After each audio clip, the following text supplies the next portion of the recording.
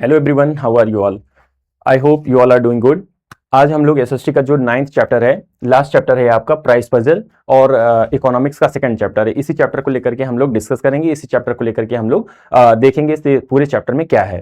तो सबसे इंपॉर्टेंट चीज जो इस चैप्टर में समझाया गया है, अगर एक बेसिक छोटे एक शॉर्ट में एक ब्रीफ इंट्रोडक्शन दिया जाए इस चैप्टर का, तो इस चैप्टर में सिंपल सा बताया गया है कि मार्केट में कब और किन वजह से, किस रीजन से जो गुड्स और सर्विसेज होती हैं उसका प्राइस कब चेंज होता है, राइट। और मार्केट में जब सप्लाई किसी गुड्स और सर्विसेज की चेंज होती है, या जब डिमांड मार्केट में जो है किसी गुड्स या सर्विस की चेंज होती है, तो इन चेंजेस को लेकर के जो प्राइस है गुड्स और सर्विस का, वो क्यों चेंज हो जाता है, कब चेंज हो जाता है, उसी चीज को लेकर के पूरे चैप्टर में समझाया गया है आपको, राइट। तो आइए स्टार्ट करते हैं चैप्टर को। चैप्टर में देखते हैं क्या है। फर्स्ट, सबसे पहले तो हम लोग ये देख लेते हैं इस चैप्टर में कि ये जो 4 क्वेश्चन पूछे गए हैं, ये पूरा जो चैप्टर है आपका, ये इसी 4 टॉपिक पर बेस्ड है। पहला कि what are the factors that influences the demand and supply of the goods and services in the market. मतलब पहला क्वेश्चन तो ये है इसका कि कौन कौन से ऐसे फैक्टर्स हैं जो डिमांड और सप्लाई को क्या करते हैं, मार्केट में चेंज करते हैं या इन्फ्लुएंस करते हैं, कौन कौन से ऐसे फैक्टर हैं। तो पहला चीज तो हमें ये जानना है कि डिमांड, जब गुड्स और सर्विसेज की जब डिमांड और सप्लाई होती है, वो किन फैक्टर पर डिपेंड होती है, राइट। सेकंड क्वेश्चन जो पूछा गया है वो ये है कि how are prices of goods and services determined through demand and supply interaction. मतलब दूसरा क्वेश्चन ये पूछा गया है कि जब डिमांड और सप्लाई जो है हमारा चेंज होता है, तो उस चेंज होने के साथ साथ जो गुड्स और सर्विसेज का प्राइस है वो कैसे चेंज होता है, राइट। उस चीज को हमें समझना है। थर्ड जो है पूछा गया, what are the market equilibrium. Market equilibrium क्या होता है। दूसरा, and does it exist in the real world. और दूसरा ये क्वेश्चन है कि क्या ये रियल वर्ल्ड में एग्जिस्ट करता है। फिर फोर्थ क्वेश्चन है आपका, how and why does the government intervene in the market. Government market में किस तरीके से इंटरवीन करता है, राइट, और क्यों इंटरवीन करता है। ये चीजें जो है इसी पर कंप्लीट आपका पूरा चैप्टर बेस्ड है, राइट। चैप्टर बहुत ज्यादा इजी है, बस चैप्टर को समझना है, राइट। बेसिक कॉन्सेप्ट समझना है। सप्लाई लॉ ऑफ जो मार्केट होता है, जिसको बोलते हैं डिमांड एंड सप्लाई, उसको समझना है। और किन किन रीजन से प्राइसेस गुड्स और सर्विसेज का चेंज हो जाता है, वो चीज हमें समझना है बस।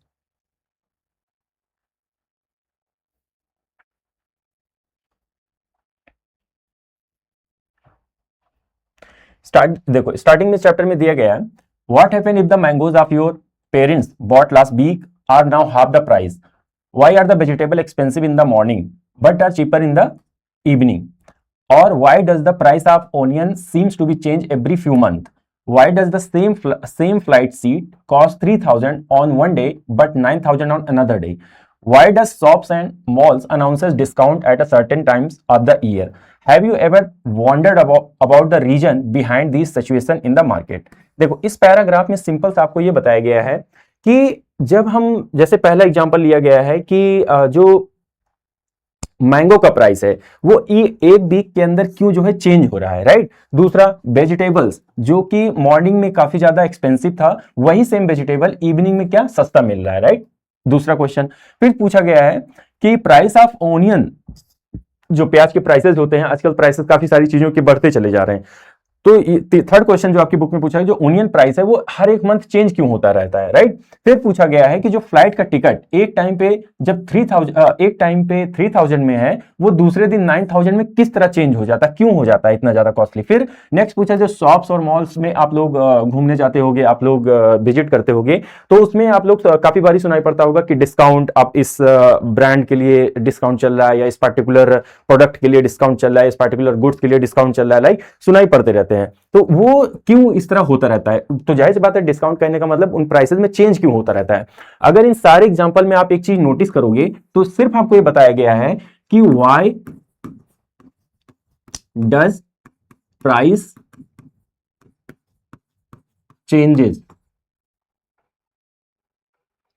फ्रीक्वेंटली। जो प्राइसेस हैं वो चेंज क्यों हो रहे हैं, यहां पे आपको सिंपल सा ये चीज समझाया, ये चीज क्वेश्चन पूछा गया है, राइट। अब देखो, इसका रीजन जो है नेक्स्ट जो है उसमें दिया गया होगा।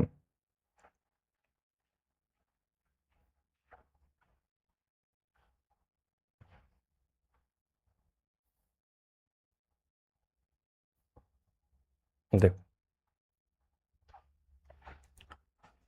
इन grade 7 chapter understanding market, is 7 class का चैप्टर है अंडरस्टैंडिंग मार्केट में. You learn about the interaction among buyers and seller and how prices adjust when the seller set them too high और low. Prices do not change. देखो अब यहाँ पे question actual में इसका आंसर अब यहाँ पे दिया गया है. Prices do not change randomly, they react to what people want, how much is available, the season, festival, trends and sometimes even rumours. तो जो फैक्टर्स दिए गए हैं, सॉरी क्या चीज, ना सॉरी,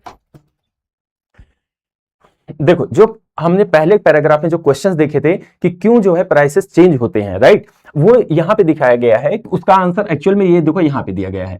प्राइसेस एकदम से रैंडमली नहीं चेंज होते, उसके पीछे प्राइसेस, गुड्स और सर्विसेज का जो प्राइस चेंज होता है उसके वो रैंडम नहीं चेंज होते हैं, उसके पीछे काफी रीजंस होते हैं, राइट, इसलिए चेंज होता है. जैसे यहां पे दिया गया है, सबसे पहले तो ये डिमांड करता है कि कौन से गुड्स की डिमांड ज्यादा हो रही है मार्केट में, लोग चाहते क्या है, कौन सा गुड्स चाहते हैं, ये डिपेंड करता है. ये पहला फैक्टर है चेंज होने का प्राइस. दूसरा फैक्टर क्या है, वो जो पर्टिकुलर गुड्स है वो अवेलेबल कितना है मार्केट में, ये चीज डिपेंड कर, ये चीज एक फैक्टर है किसमें, प्राइस चेंज होने में.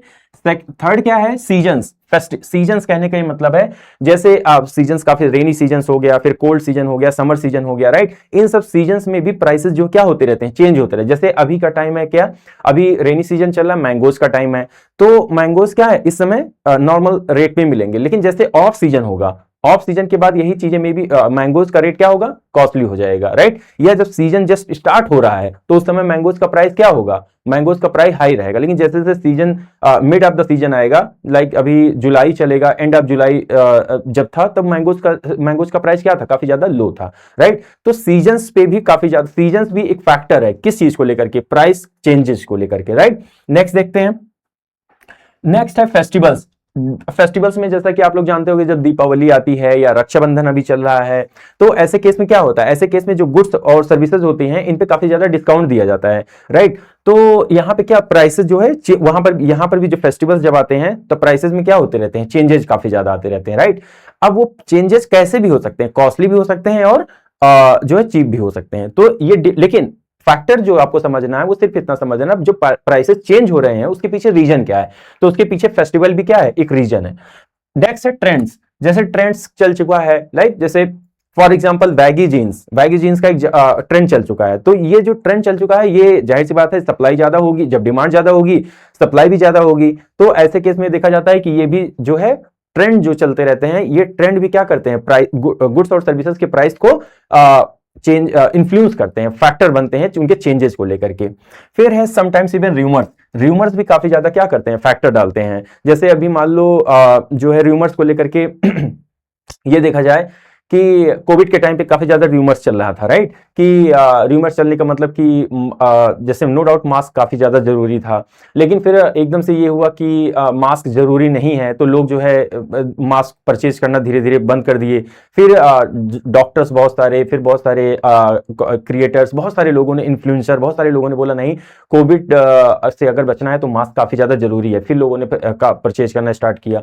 तो ये जो र्यूमर्स होता है ना, इस र्यूमर्स की वजह से भी गुड्स का जो प्राइस होता है उसमें भी चेंजेस आते रहते हैं, राइट. तो ये चीजें जैसे अब बहुत जैसे लाइक एग्जांपल के लिए अगर मैं आपको बताऊं, तो किसी को कोई ऐसा प्रोडक्ट जैसे मार्केट में इसके next, whether it is snacks, जैसा ये आपका रीजन है कि जो ये सारे फैक्टर ये बताते हैं कि गुड्स और सर्विसेज के प्राइसेस चेंज क्यों होते हैं. अब इसमें देखते हैं, whether it is a snacks, movie tickets, mobile phones, vegetables, the prices of all goods and services are determined by the two powerful forces constantly at the work, that is demand and supply. देखो ये इन सबके साथ ये बताया गया है कि जो सबसे ज्यादा इंपॉर्टेंट फैक्टर होता है किसी भी प्राइस को चेंज होने को लेकर के, वो होता है क्या, डिमांड एंड सप्लाई. सब कुछ जो आपका प्राइस चेंज है,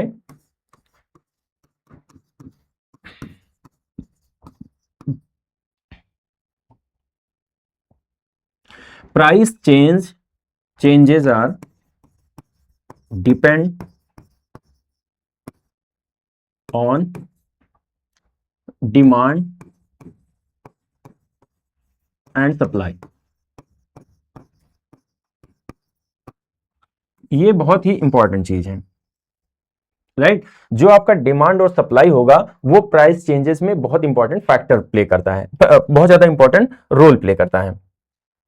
फिर अब देखते हैं नेक्स्ट में कि अब देखो यहां पे बताया गया इस चैप्टर में है क्या एक्चुअल में। This chapter explore the concept of demand and supply and price determination and provide a glimpse of the outcome of their interplay in real world situations. मतलब यहां पे सिर्फ आपको इस पूरे इंट्रोडक्शन में ये समझाया गया कि जो हमारे प्राइसेस होते हैं वो ओकेजनली चेंज क्यों हो जाते हैं, राइट। चाहे मंथ के बाद चेंज हो जाए या चाहे सीजन्स में चेंज हो, फेस्टिवल्स में चेंज हो, ये प्राइसेस चेंज क्यों हो रहे हैं और उनके पीछे क्या रीजन है। रीजन में हम लोगों ने देखा, काफी कुछ देखा, जैसे फेस्टिवल ट्रेंड्स, फिर availability of goods and services, ये सारे फैक्टर देखे। लेकिन जो सबसे इंपॉर्टेंट फैक्टर आपको जानना है वो ये है कि जब जो प्राइस है गुड्स और सर्विसेज का वो डिपेंड रहता है किस पर, सप्लाई, डिमांड एंड सप्लाई पर डिपेंड रहता है। ये एक्चुअल आपको जानना बहुत जरूरी है कि किसी भी गुड्स और सर्विसेज का जो प्राइस होता है वो किस पे डिपेंड होता है, वो चीज जो है डिमांड एंड उस पर्टिकुलर गुड्स और सर्विसेज के डिमांड और सप्लाई पर डिपेंड रहता है, राइट। जैसे कि हम लोगों ने एग्जांपल में भी देखा था कि अगर किसी शॉप पर जो है 10 पेंसिल है और परचेज करने वाले 20 हैं, तो यहाँ पे जो 20 है वो डिमांड कर रहे हैं पेंसिल का, और लेकिन जो पेंसिल है वो कितनी है, वो सिर्फ है 10, राइट। तो ऐसी कंडीशन में जो प्राइस होगा उसमें चेंजेस आएगा ऑटोमेटिकली, जो शॉपकीपर होगा प्राइस को क्या करेगा, इंक्रीज कर देगा, राइट। यही चीज आपको यहाँ पे समझाई गई है।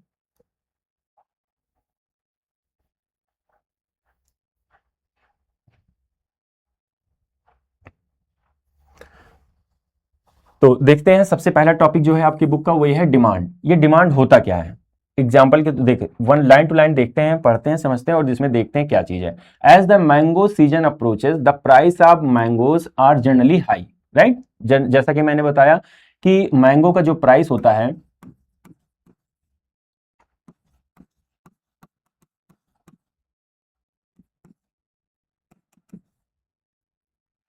सॉरी,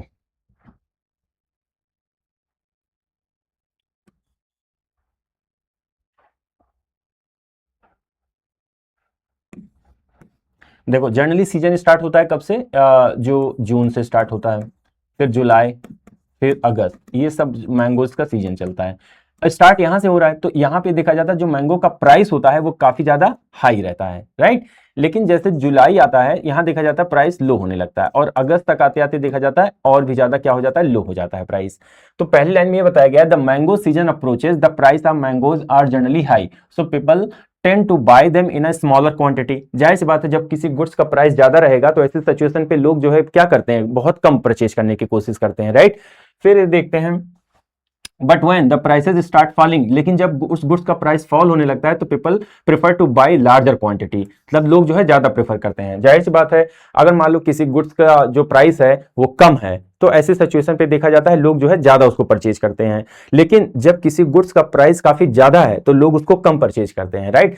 एग्जांपल के लिए मैंगोस को लेकर के बताया गया है कि जब सीजन का स्टार्ट होता है तो उस समय लोग कम परचेज करते हैं, क्योंकि क्यों कम परचेज करते हैं, क्योंकि जो ये देखा जाता है उस समय प्राइस मैंगो का काफी हाई रहता है। लेकिन जैसे जैसे सीजन चला जाता है, मिड ऑफ द सीजन आता है, एंड ऑफ द सीजन आता है, तो ऐसी सिचुएशन पे देखा जाता है कि मैंगो का प्राइस काफी कम हो जाता है और लोग जो है ज्यादा परचेज करते हैं, राइट। तो ये चीज यहाँ पे समझाई गई है। फिर जो डिमांड की डिफिनेशन दी गई है वो एक्चुअल में यहाँ पे दी गई है, quantity of a product that people are willing and able to buy at a particular price depending on their need, preferences, season, trends and income is called demand for the product।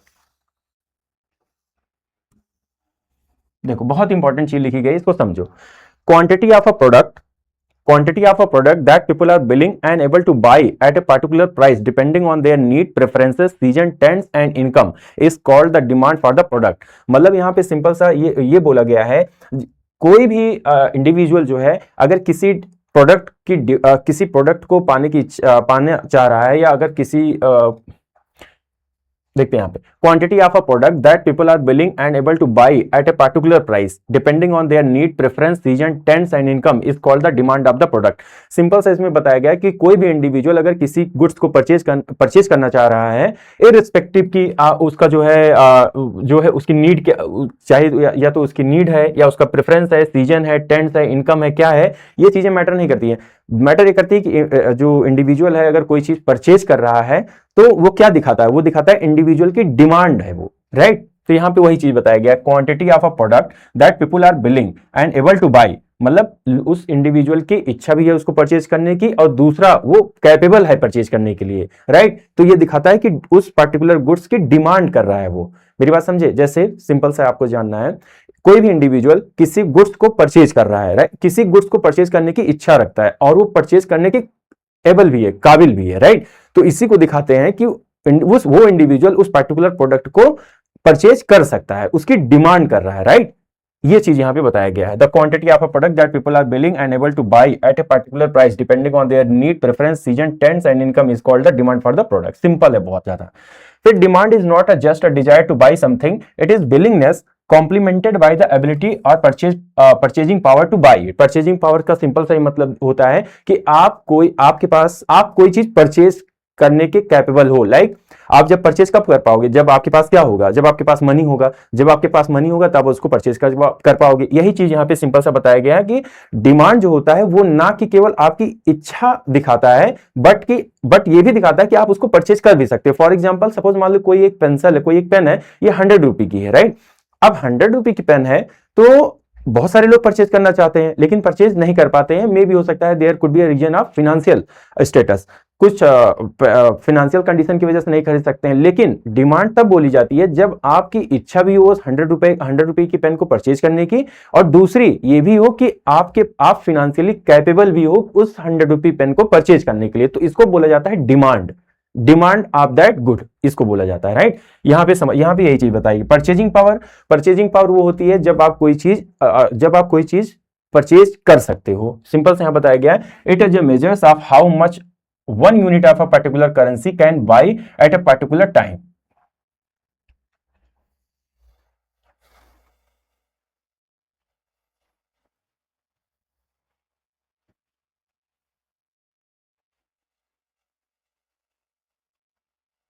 देखो, as with mangoes, when the price of any product rise, the quantity demanded decreases, and when the price falls, the quantity demanded increases. देखो,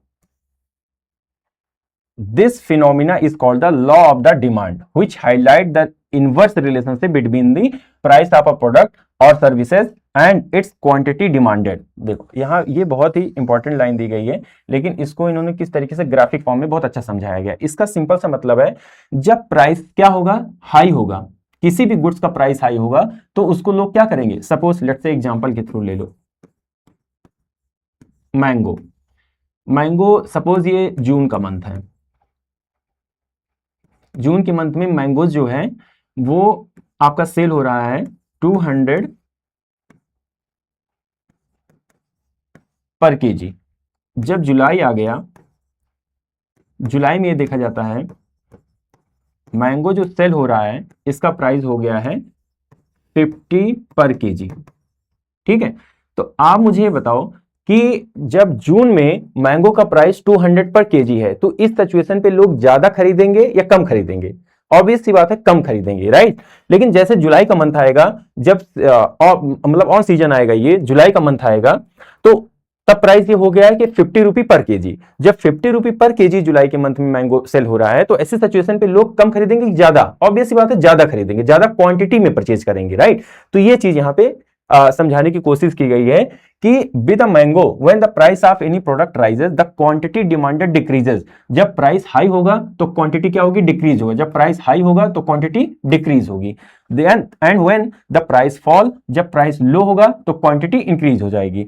when quantity demand यहाँ पे and when the price fall the quantity demanded increases. This phenomena is called the law of demand. इस phenomena को क्या बोलते हैं, law of demand बोलते हैं, राइट। ये बहुत बेसिक कॉन्सेप्ट है। जब किसी गुड्स, अभी क्या हो गया है, अभी आप लोग देखते हो कि शुगर जो चीनी है उसका प्राइस क्या हो गया, एकदम से हाई हो गया, राइट।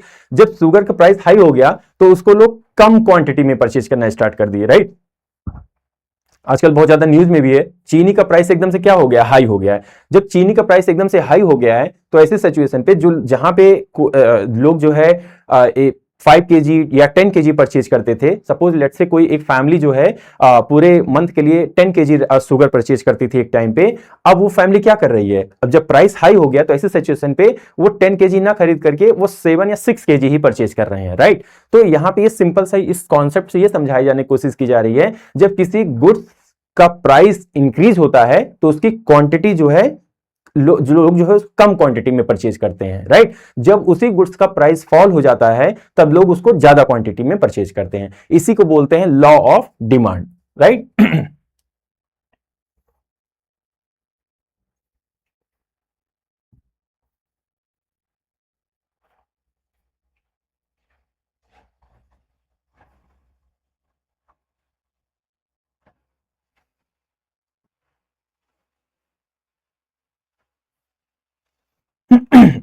सॉरी, देखो इसी चीज को हम समझते हैं आगे। Let us understand this with the example. Example के थ्रू आपकी बुक में दिया, at an beginning of the mango season the price of mango was very high, 150 per KG. Shrivalli a consumer like suppose मान लो कोई कस्टमर बॉट ओनली 1 केजी। जब price 150 KG था तब श्रीवल्ली ने कितना परचेज किया, 1 केजी।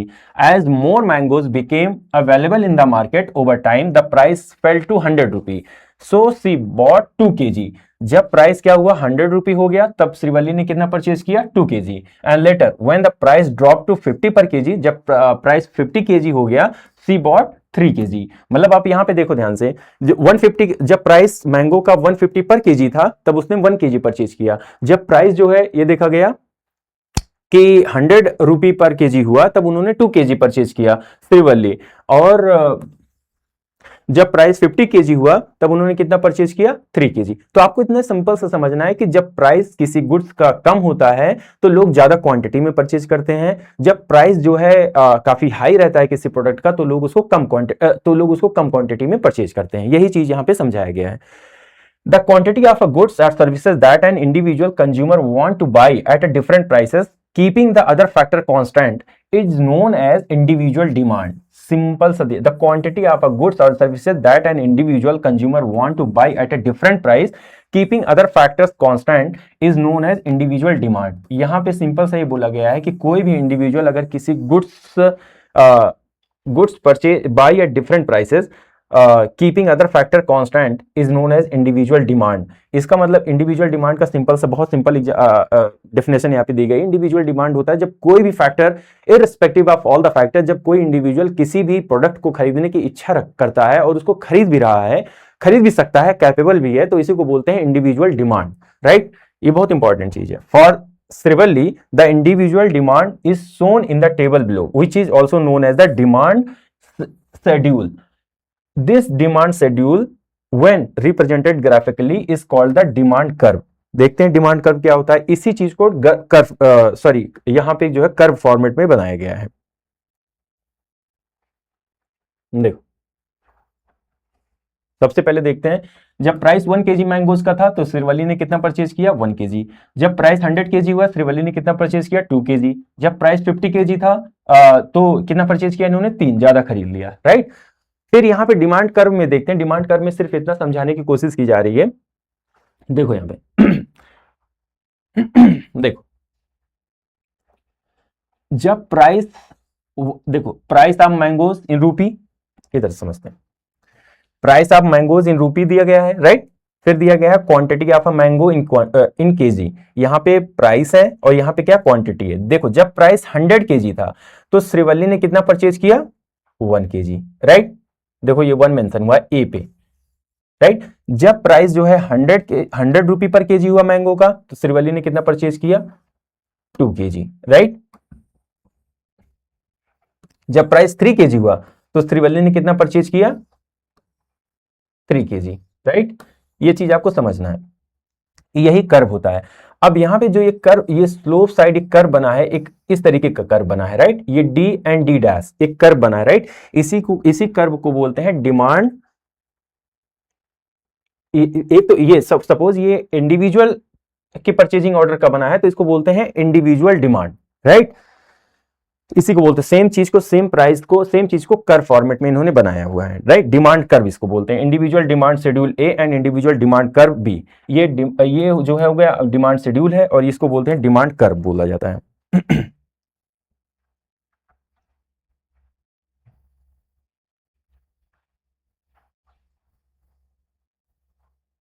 देखो उसी कर्व को इन्होंने यहां पे लिख करके समझाया हुआ है।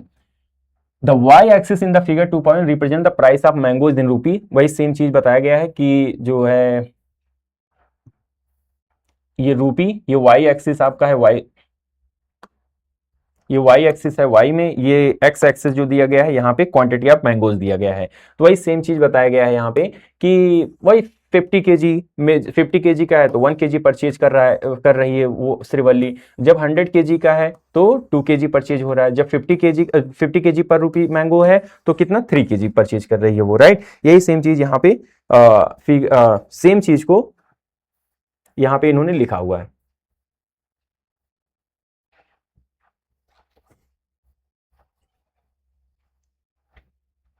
देखते हैं।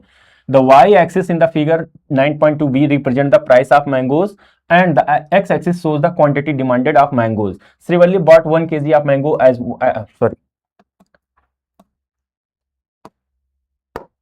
देखो, Srivalli bought 1 kg of mango at 150 rupee.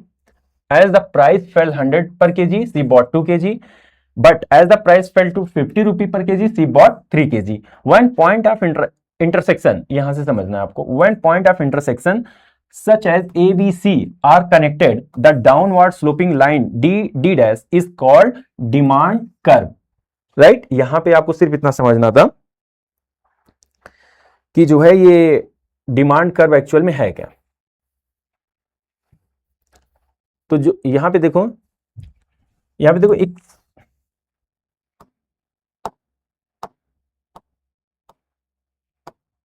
ये जो एक डिमांड स्लोप बना हुआ है, राइट, कि किस सीरीज में जो है ये डिमांड हुई है गुड्स की, पहले कम हुई, फिर ज्यादा डिमांड हुई, फिर उससे भी ज्यादा डिमांड हुई, राइट। तो एक स्लोप बन गया, इसी को बोलते हैं डिमांड स्लोप या डिमांड कर्व बोलते हैं इसी को, राइट। और कोई खास चीज इसमें नहीं आपको समझना था।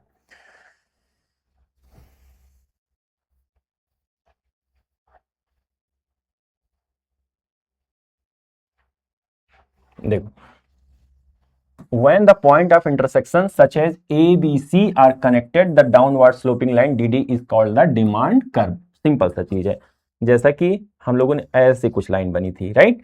यहाँ A था, यहाँ B था, यहाँ C था,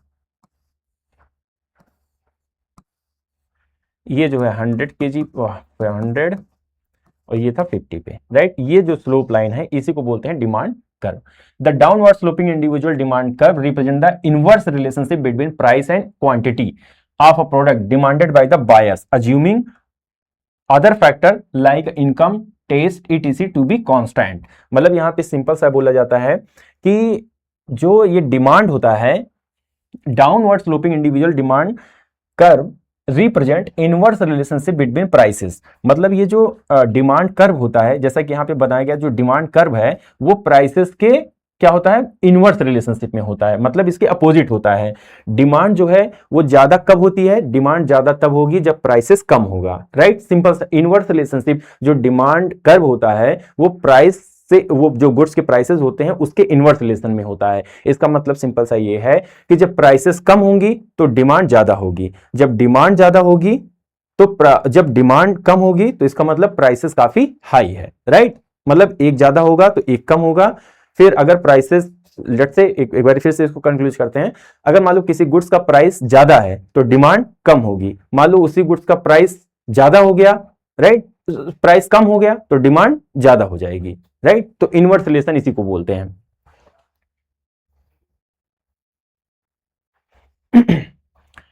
What happen when other want to buy mangoes too?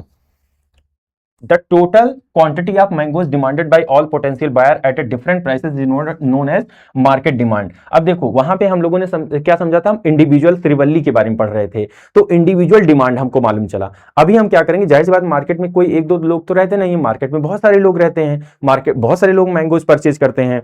तो जब बहुत सारे लोग जब डिमांड करते हैं तो टोटल जो डिमांड हो रही है उस पर्टिकुलर मार्केट से, उसी को बोलते हैं मार्केट डिमांड। अभी तक इंडिविजुअल डिमांड में हम लोग देख रहे थे इंडिविजुअल क्या चाह रहा है, जैसे एग्जांपल के तौर पर श्रीवल्ली को देखा था, वो परचेज करने जा रही थी चीजों को लेकर के, जब परचेज कर लिया अलग अलग प्राइसेस पे अलग अलग क्वांटिटी परचेज कर रही थी, तो इंडिविजुअल डिमांड हो रहा था। अभी यहाँ पे क्या देखेंगे कि मार्केट में जाहिर सी बात है बहुत सारे लोग परचेज करते हैं गुड्स को, बहुत सारे लोग डिमांड करते हैं, तो उनका जो पूरा सभी का एक कंक्लूसिव डिमांड होता है सभी लोगों का, उसको बोलते हैं मार्केट डिमांड, राइट। वही चीज यहाँ पे बताया गया है।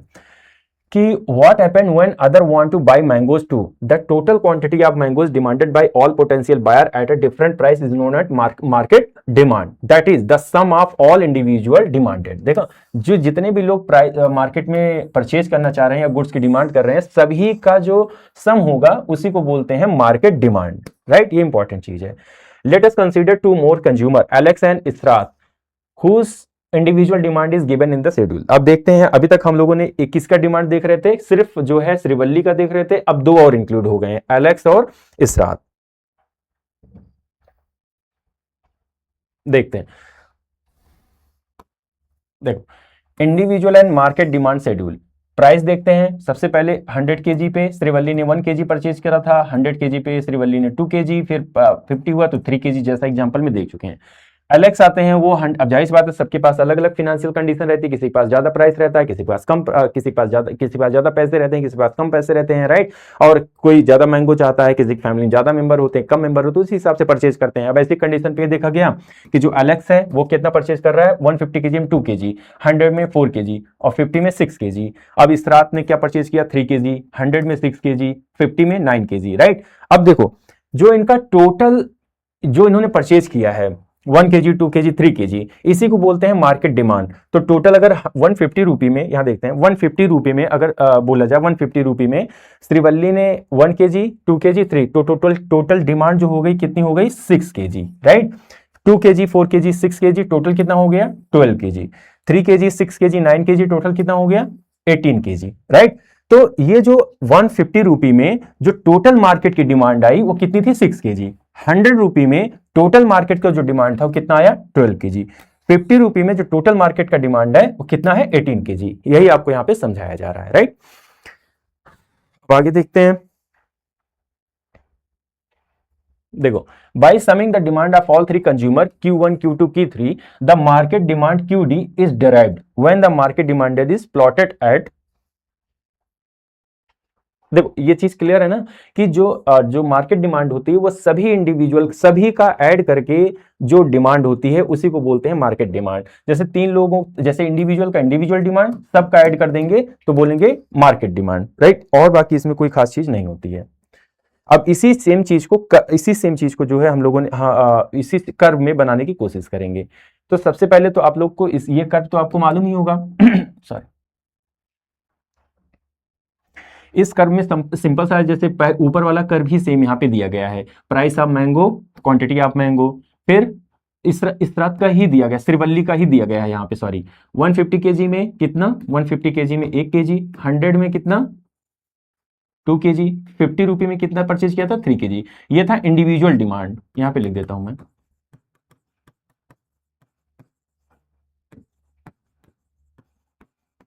राइट? और ये क्या है, ये है मार्केट डिमांड.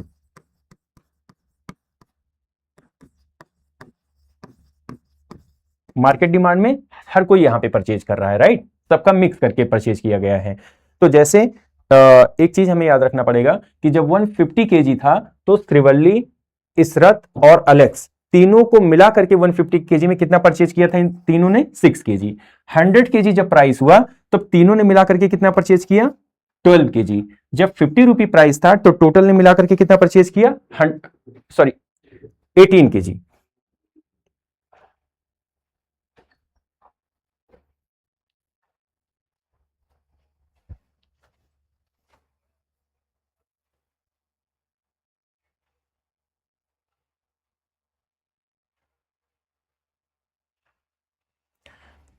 देखो, जब मार्केट डिमांड कर्व में देखते हैं, मार्केट डिमांड कब तब निकालेंगे जब तीनों का ऐड कर देंगे. जब देखो प्राइस 150 केजी था तो तीनों ने मिला करके कितना, तीनों को मिला करके कितना डिमांड, मार्केट डिमांड आया था, 6 केजी परचेज किया था. जब प्राइस 100 केजी हुआ तब तीनों ने मिला करके 12 केजी परचेज किया. जब प्राइस 50 केजी था तो तीनों ने मिल करके कितना परचेज किया, 18 केजी, राइट? तो इसी को बोलते हैं मार्केट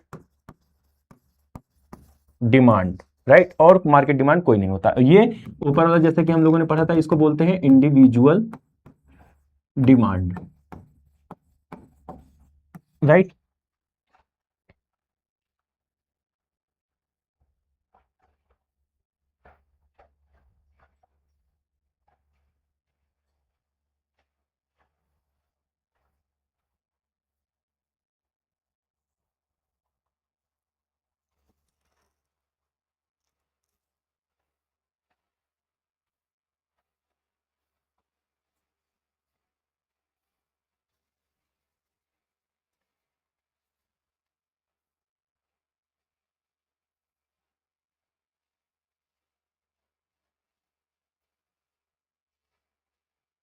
ठीक, ये टॉपिक है, देखते हैं इसमें।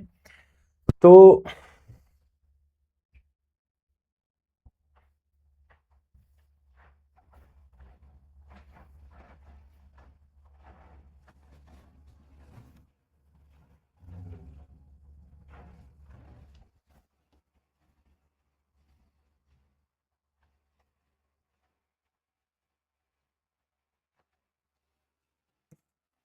देखते हैं। तो सबसे पहला जो हम लोगों ने इंडिविजुअल डिमांड और मार्केट डिमांड जो पढ़ा, उसमें हम लोगों ने सिंपल सी चीज ये देखा कि जो डिमांड होती है, जो प्राइस चेंज होता है गुड्स और सर्विसेज का, तब डिमांड भी चेंज हो जाती है, राइट। तो डिमांड में अभी तक हम लोगों ने देखा कि डिमांड और प्राइस में क्या रिलेशंस होता है, क्लियर।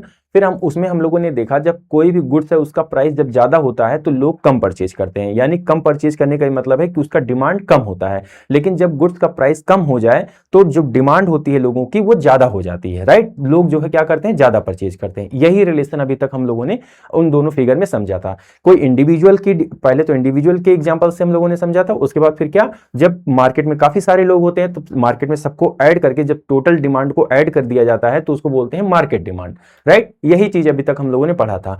सबसे इंपॉर्टेंट कॉन्सेप्ट जो अभी तक समझे हम लोग वो ये था कि जो डिमांड होता है वो किस चीज पर डिपेंड, वो डिमांड और प्राइस में रिलेशन रहता है, राइट। जब प्राइस जो है हाई है तब डिमांड लो रहेगा, जब प्राइस लो रहेगा तो डिमांड हाई रहेगी। यही चीजें अभी आप तक को समझाई गई हैं। अब आगे जो समझेंगे कि जो डिमांड रहता है, जो डिमांड रहता है वो और किन किन फैक्टर्स पर डिपेंड रहता है। लोगों की जो परचेज करने की कैपेसिटी रहती है, लोग जो डिमांड करते हैं गुड्स और सर्विसेज का, वो और किन किन फैक्टर्स पर डिपेंड रहता है, वो ये चीजें यहाँ पे दिखा गया है। आगे बताया जाएगा। जैसे when a new model of popular smartphone is launched, the long queues and pre-booking indicate a rush to buy it. Even it is more expensive, so demand for a product does not necessarily change only because of price. Many other factor influences how much people want to buy, even when the prices of goods or services remain the same. Let us see some of these factors at play. यहाँ पे वही same चीज बताया गया है कि सिर्फ जो है प्राइसेस ही मैटर नहीं करती हैं, और भी फैक्टर ऐसे रहते हैं जो, यहां पे यही चीज बताया गया है कि और भी सिर्फ प्राइसेस ही नहीं होते हैं, और भी फैक्टर ऐसे होते हैं जो जो फैक्टर बनते हैं डिमांड के लिए। मतलब यहां पे ये बताया गया है कि सिर्फ प्राइस ही नहीं मैटर करते हैं किसी भी गुड्स की डिमांड के लिए, जो अदर फैक्टर होते हैं वो भी मैटर करते हैं। जैसे मान लो, जैसे अभी आप लोगों ने सुना होगा कि आईफोन नया जो है, यहाँ पे एग्जांपल के थ्रू बताया गया है कि जो मान लो कोई फोन लॉन्च हो रहा है, और उस फोन लॉन्चिंग में देखा जाता है कि एकदम जैसे लॉन्च होगा उसकी डिमांड काफी ज्यादा होने लगती है, राइट। तो प्राइस तो यहाँ पे ज्यादा है उसका, फोन का, यहाँ पे फोन का एग्जांपल लिया है तो फोन का प्राइस काफी हाई है, लेकिन प्राइस हाई होने के बाद भी लोग क्यू में लगे हैं, लोग प्री ऑर्डर कर दे रहे हैं, लोग जो है परचेज करने के लिए एकदम से पाने के लिए टूट जा रहे हैं, राइट। तो ये चीजें क्यों हो रही हैं, राइट। अब यहाँ पे तो प्राइस मैटर कर नहीं रही है डिमांड की, प्राइस तो काफी हाई है लेकिन फिर भी डिमांड काफी ज्यादा है, क्यों, वो चीजें जो है आगे हम लोग समझेंगे। Price of a related goods, सबसे पहला एग्जांपल जो दिया गया है इन्होंने वो रिलेटेड गुड्स का दिया गया है। इसको समझते हैं, पढ़ते हैं फिर समझते हैं।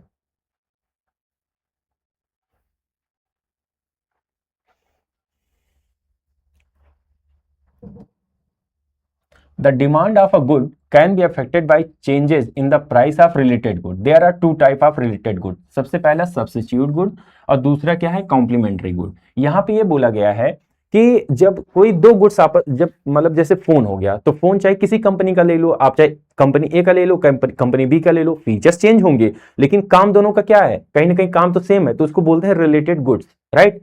देखते हैं, समझते हैं। देखो, these goods can replace each other, right, like T and coffee, उसको बोलते हैं सब्स्टिट्यूट गुड। सब्स्टिट्यूट गुड जो होता है वो एक दूसरे को रिप्लेस कर सकता है, जैसे टी एंड कॉफी।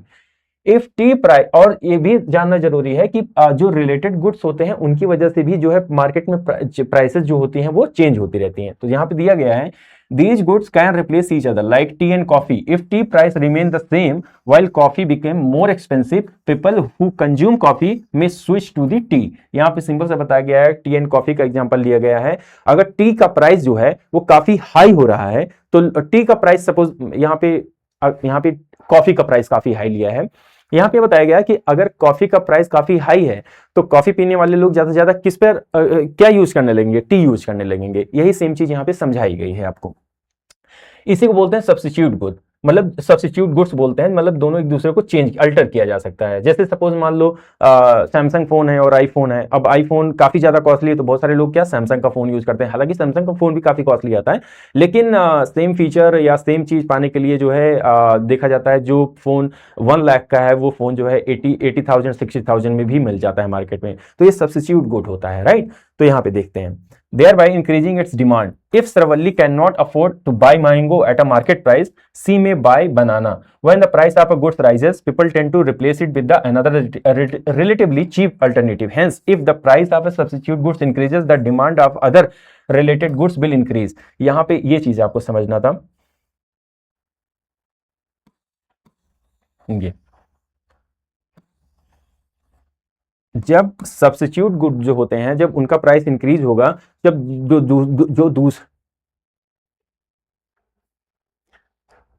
ये चीज आपको समझना था, if the price of a substitute good increases the demand for the other related goods will increase. मतलब यहाँ पे आपको सिंपल सा ही समझना था, जब प्राइस जब जो है सब्स्टिट्यूट गुड जो है उसका प्राइस इंक्रीज होगा तो जो अदर गुड्स होगा जो उसके सब्स्टिट्यूट में अदर गुड्स है उसका डिमांड लोग ज्यादा करने लगेंगे। फॉर एग्जाम्पल के लिए देखा जाता है कि सपोज अभी शुगर का ही ले लो, चीनी का प्राइस काफी हाई हो गया तो इसका अल्टरनेट क्या है, इसका अल्टरनेट जैगरी देखा जाता है, लोग जैगरी ज्यादा प्रेफर करना स्टार्ट कर सकते हैं, मे बी विलेज एरिया में रूरल एरिया में लोग कर भी दिए हों। वैसे सेम यहाँ पे देखा एग्जाम्पल के थ्रू बताया गया है कि जैसे श्रीवल्ली ने मैंगो परचेज किया, अगर मान लो मार्केट प्राइस पे मैंगो परचेज ना कर पाती तो उसकी जगह क्या परचेज करती, वो बनाना परचेज कर सकती थी, राइट। ये ऑप्शन दिया है, इसी को बोलते हैं सब्स्टिट्यूट गुड। तो सब्स्टिट्यूट गुड में अगर किसी एक गुड्स का प्राइस हाई हो रहा है तो उसके सब्स्टिट्यूट में जो दूसरा गुड्स है उसकी डिमांड ज्यादा लोग करने लगते हैं, राइट, क्योंकि उसका प्राइस तो सेम है, लोग उसकी डिमांड ज्यादा करेंगे। क्लियर, यही चीज आपको समझना था।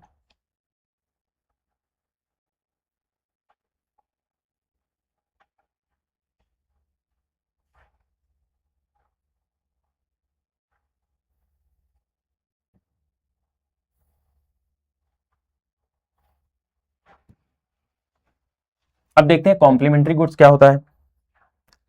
कॉम्प्लीमेंट्री गुड्स जो होता है, these goods are generally used together to provide utility to the consumer. These goods are generally used together to provide utility to the consumer. For instance, smartphones and earphones are car and petrol.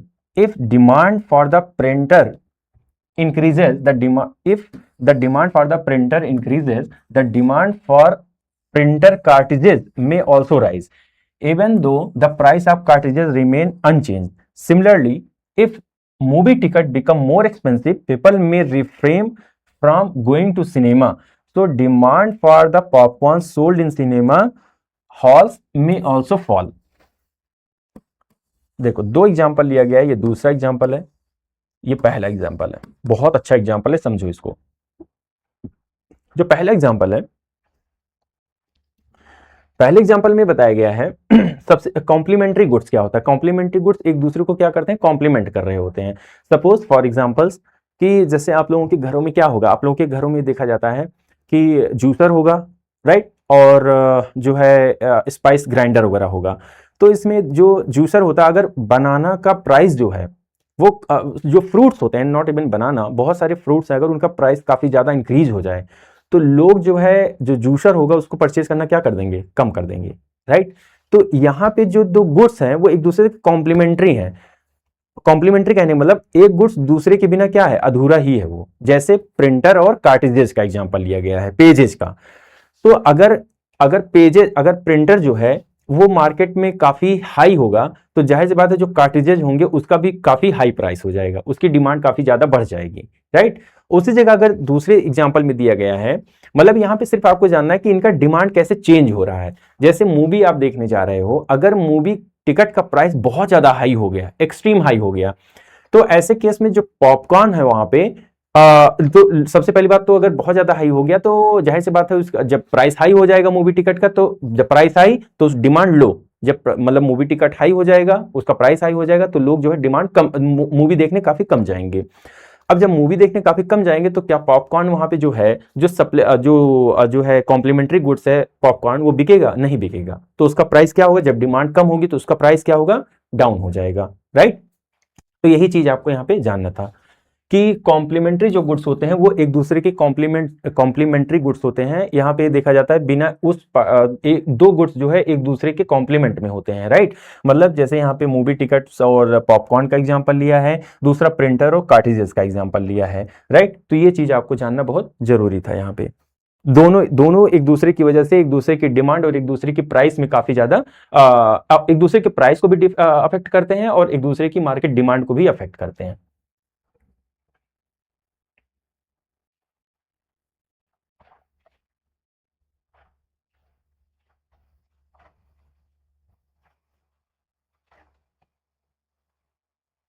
तो सबसे पहला factor हम लोगों ने क्या पढ़ा था, जो प्राइस के अलावा क्या चीज ऐसा इन्फ्लुएंस करती है, वो क्या है।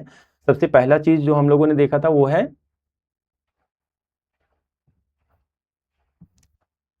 Price related goods. सबसे पहला एग्जांपल तो हम लोगों ने ये पढ़ा था कि प्राइस रिलेटेड गुड्स एक फैक्टर होता है जो डिमांड और प्राइस को क्या करता है, चेंज करता है।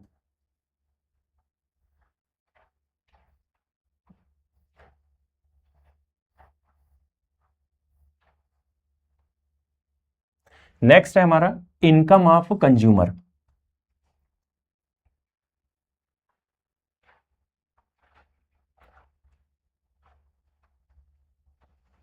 अब जाहिर सी बात है ये इनकम ऑफ कंज्यूमर भी काफी ज्यादा क्या करता है, अफेक्ट करता है। इनकम ऑफ कंज्यूमर देखते हैं, इसमें when household income rises consumer can afford to buy more और choose higher quality product. A rise in the income generally makes people feel more confident about their ability to spend. So the quantity demanded for the several goods rise, even if prices remain the same. जाहिर सी बात है दूसरा factor कौन सा है, किसी goods के प्राइस को चेंज होने के लिए, किसी गुड्स की डिमांड को मार्केट में अगर अफेक्ट कर रहा है तो दूसरा फैक्टर क्या है, इनकम। जाहिर सी बात है जब लोगों के पास ज्यादा इनकम आएगी तो या तो वो ज्यादा क्वांटिटी में चीजें परचेज करेंगे या तो ज्यादा कॉस्टली चीजें परचेज करेंगे। तो जाहिर सी बात है यहाँ जो कस्टमर होगा वो उसकी डिमांड जो होगी वो चेंज हो जाएगी, राइट। या तो ज्यादा क्वांटिटी में चीजें परचेज करेंगे किसी गुड्स को या तो ज्यादा कॉस्टली चीजें परचेज करने की कोशिश करेंगे। नेक्स्ट एग्जांपल दिया गया है taste and preference of the buyer. जाहिर सी बात है बहुत सारे कस्टमर ऐसे होते हैं जो जिनके पास काफी अच्छे खासे पैसे होते हैं, तो ऐसी कंडीशन पे ये देखा जाता है कि वो टेस्ट और प्रेफरेंस के अकॉर्डिंग जो है मार्केटिंग करते हैं।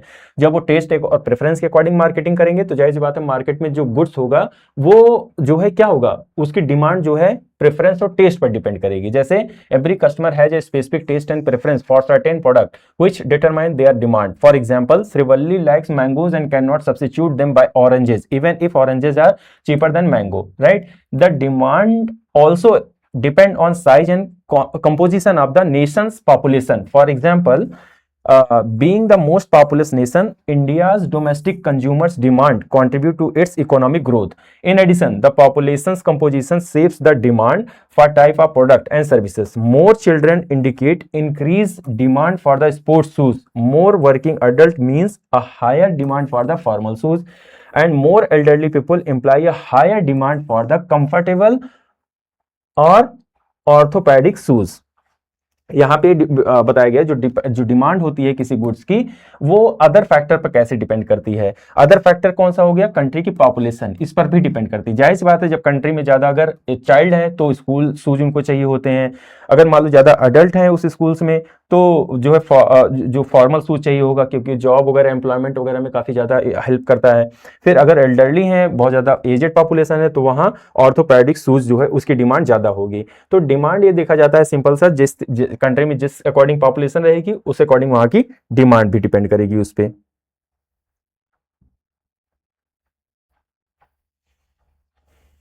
फिर नेक्स्ट चौथा फैक्टर है जो डिमांड को अफेक्ट करता है वो क्या है, सीजनलिटी। सीजनलिटी भी काफी ज्यादा, जैसे जाहिर मैंने बताया कि जो है देखते हैं, have you seen crowded book shop at a beginning of the new academic season और customer flocking to sweet shop during the festive season. Festival season पे डिमांड जो होती है स्वीट्स की काफी ज्यादा इंक्रीज हो जाती है। R sweater and jackets being demanded during the winter season. This is because individual में demand different product at a different at the different time of the year and these changes often depend on weather, festival and cultural habit rather than the price of goods। देखो यहां पे ये बताया गया है कि चौथा ऐसा फैक्टर, ये this is the fourth factor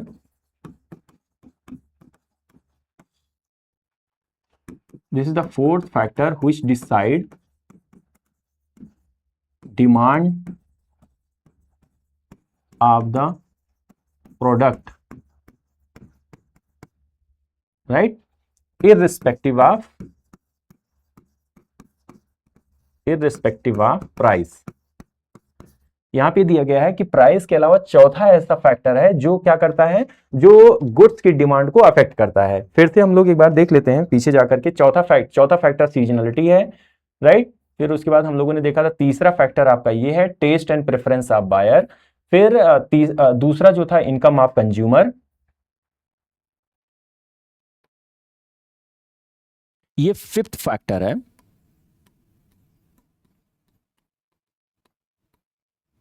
जो आपका डिमांड होता है उसको इफेक्ट करता है, उसको इन्फ्लुएंस करता है। अभी तक हम लोग ये देख रहे थे कि जो गुड्स एंड सर्विसेज होते, जो डिमांड होता है वो प्राइस पर ही नहीं डिपेंड करता है, वो अदर फैक्टर पे भी डिपेंड करता है। उस फैक्टर में हम लोगों ने 4 पढ़ लिया था, और ये 5वां फैक्टर है कि फ्यूचर प्राइस एक्सपेक्टेशंस। अगर मार्केट में कंज्यूमर को, जो लोगों को अगर ऐसा लग रहा है कि फ्यूचर में किसी चीज़ का प्राइस एकदम से बढ़ने वाला है, तो लोग क्या करते हैं, लोग उस गुड्स की डिमांड जो है मार्केट में काफ़ी ज़्यादा इंक्रीज हो जाती है। फॉर एग्जाम्पल, आप लोगों ने कोविड का टाइम आया था, कोविड के टाइम पे देखा जा रहा था कि जब ये हुआ कि लॉकडाउन लगने वाला है, तो लॉकडाउन से ठीक पहले क्या देखा गया, लॉकडाउन से ठीक पहले ये देखा गया कि लोग ज़्यादा से ज़्यादा ग्रेन, ज़्यादा से ज़्यादा अनाज खरीद रहे थे, राइट। ज़्यादा से ज़्यादा जो है शॉपिंग मॉल हो गया या मार्केट हो गया, उसमें खाने पीने की चीज़ें लोग ज़्यादा से ज़्यादा परचेज कर रहे थे, राइट। तो ये क्या दिखाता है, ये दिखाता है कि ये सब जो है अगर फ्यूचर में आने वाले फ्यूचर्स में, कोविड के टाइम पे देखा गया था कि लॉकडाउन लगेगा, लॉकडाउन लगने के बाद फ्यूचर में शॉप ओपन हो या ना हो, इस वजह से लोग जो है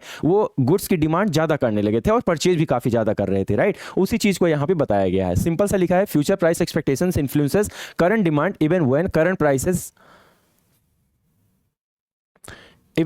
prices have not changed. If consumer expect prices to fall, they postpone purchases, decreasing present demand. If they expect prices to rise, they buy immediately, increasing present demand. For example, people delay buying durables before Diwali और the new year expecting festival discount. जैसे यहाँ पे ये बोला गया कि example के लिए लोग जो है फ्यूचर एक्सपेक्टेशंस, यही बताया गया है यहाँ पे कि लोग जो है डिमांड करते, लोग जो है क्या करते हैं कि फ्यूचर एक्सपेक्टेड रहते हैं। लाइक अब उनको जनवरी में कोई चीज़ या फरवरी में कोई चीज़ परचेज करना है, तो वो किस चीज़ का वेट करेंगे, वो ये वेट करेंगे कोई ऐसा फेस्टिवल आ जाए जहाँ पे डिस्काउंट काफ़ी सारा मिल जाए, तो वहाँ पे सस्ती गुड्स मिल जाएगी, तो इस चीज़ का वेट करते हैं वो, राइट। तो इसी चीज़ को यहाँ पे समझाया गया है कि जो है लोग जो है प्राइस की फ्यूचर में प्राइस अगर डिक्रीज होगा तब वो जाकर के गुड्स को परचेज करेंगे। तो वही सेम चीज यहां पे बताया गया है।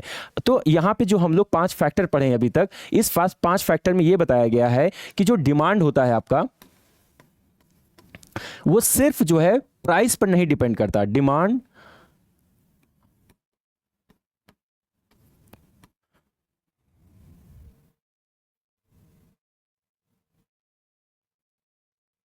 तो अभी तक हम लोगों ने जो 5 फैक्टर पढ़े, इस फैक्टर में सिंपल सा ही देखा गया कि जो डिमांड होता है, demand does not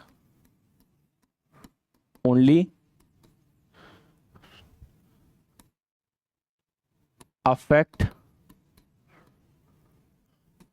are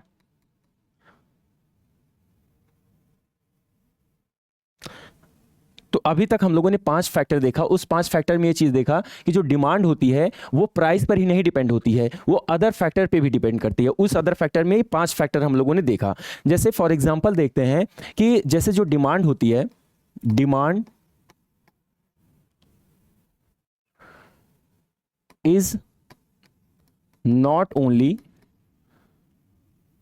influenced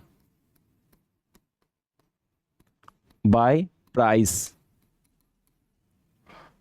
always it also depend on other factor। तो उस फैक्टर्स में ये 5 फैक्टर्स और देखें। आपको एक बहुत अच्छी चीज आज मुझे बहुत ही बढ़िया लगा आपको एग्जांपल बताता हूं। आज मैं ऐसे क्लास में पढ़ा रहा था, क्लास में पढ़ाते समय एक बहुत ही अच्छा क्वेश्चन, एक यही सेम चीज़ मैं इस चैप्टर का इंट्रोडक्शन समझा रहा था। चैप्टर के इंट्रोडक्शन समझाने में मैं ये बता रहा था, सिंपल सा कॉन्सेप्ट बता रहा था कि जब किसी भी चीज़ का प्राइस इंक्रीज होता है तो डिमांड लो हो जाती है, जब प्राइस डिक्रीज होता है तो डिमांड उस गुड्स की बढ़ जाती है, राइट। यही सेम कॉन्सेप्ट सेम लाइन में समझा रहा था क्लास में। लेकिन एक स्टूडेंट, और उसके बाद भी मैंने बहुत एग्जाम्पल्स भी दिया कि मैंगो, जैसे आपकी बुक में मैंगो का एग्जाम्पल था, उस चीज़ का एग्जाम्पल दिया कि सीजन के स्टार्ट होते ही मैंगो काफ़ी ज़्यादा कॉस्टली रहता है, लेकिन जैसे सीजन चलता चला जाता है वैसे जो गुड्स जो है ज़्यादा मार्केट में आ जाते हैं तो प्राइसेस लो हो जाती है, और प्राइसेस जब लो हो जाती है तो लोग ज़्यादा से ज़्यादा परचेज करते हैं। यही सेम चीज़ मैंने समझा रहा था। लेकिन क्लास में एक स्टूडेंट ने काफ़ी बेहतरीन क्वेश्चन पूछा। उसने पूछा, सर अभी जो है सावन का मंथ चल रहा है, और सावन के मंथ में जो फ्रूट्स वगैरह रहते हैं इसका प्राइस भी काफ़ी ज़्यादा है और डिमांड भी काफ़ी ज़्यादा है। तो सोचो कितना बढ़िया क्वेश्चन पूछा, कितना अटेंटिव दिमाग रहा होगा उस बच्चे का, कि उसने पूछा कि सर आप ये बताओ कि आप बोल रहे हो कि जो है डिमांड प्राइस जो है ज़्यादा होगा तो डिमांड लो होगी, और प्राइस लो होगा डिमांड ज़्यादा होगी, लेकिन अभी सावन का मंथ चल रहा है और सावन के मंथ में जो फ्रूट्स वगैरह होते हैं वो काफ़ी ज़्यादा कॉस्टली हैं, और कॉस्टली होने के बाद भी लोग इसका डिमांड काफ़ी ज़्यादा करते हैं। तो मैंने उनको बताया कि बेटा ये जो 5 फैक्टर है, इस 5 फैक्टर में एक फैक्टर जो है और ऐड कर लो आप, इसमें जो है आप जो इंडियन कल्चर है उसको भी आप ऐड कर लो, क्योंकि जो कल्चर होता है उस, या बहुत सारी, जैसे ये फैक्टर्स आप लोगों ने देखा, फ्यूचर एक्सपेक्टेशंस, इसमें भी प्राइस सेम है लेकिन डिमांड क्या हो रही है, डिमांड बढ़ती चली जा रही है, राइट। तो वैसे ही सेम में देखा, जैसे सीजनलिटी में देखा कि सीजनलिटी में कुछ भी हो लोग परचेज करते हैं चीज़ें, राइट। अब वहाँ पे गुड्स अगर कॉस्टली भी रखा जाए तब भी लोग परचेज करेंगे। तो यहाँ पे 6 फैक्टर इंक्लूड किया जाता है कि इंडियन कल्चर जो होते हैं, बहुत सारी चीज़ें ऐसी, जैसे सावन का मंथ जो हो गया, रिलीजियस फेस्टिवल बोला जाता है, रिलीजियस एक मंथ होता है अपने यहाँ पे, जहाँ पे ये देखा जाता है कि जो फ्रूट्स वगैरह रहते हैं इसके प्राइस ज़्यादा रहता है लेकिन फिर भी लोग डिमांड करते हैं, राइट। तो ये भी जो है एक 6 फैक्टर हो जाएगा इसमें। इस चीज़ का जो है कॉन्ट्राडिक्शन कुछ भी नहीं है, राइट। इसमें कोई दिक्कत वाली बात नहीं है। 1 महीना 2 महीना ऐसे सीजन चलते हैं। तो यहाँ पे जो पॉइंट बोला मैंने, demand is not only influenced by the price always, it also depend on the other factor. इस अदर फैक्टर में वही फैक्टर जो एक कल्चरल फैक्टर है वो भी इसी सावन मंथ वाले पॉइंट से ऐड हो जाता है, राइट। कि डिमांड काफ़ी ज़्यादा इसलिए है क्योंकि कल्चरल मंथ चल रहा है, राइट। ये चीज़ है यहाँ पे, ओके।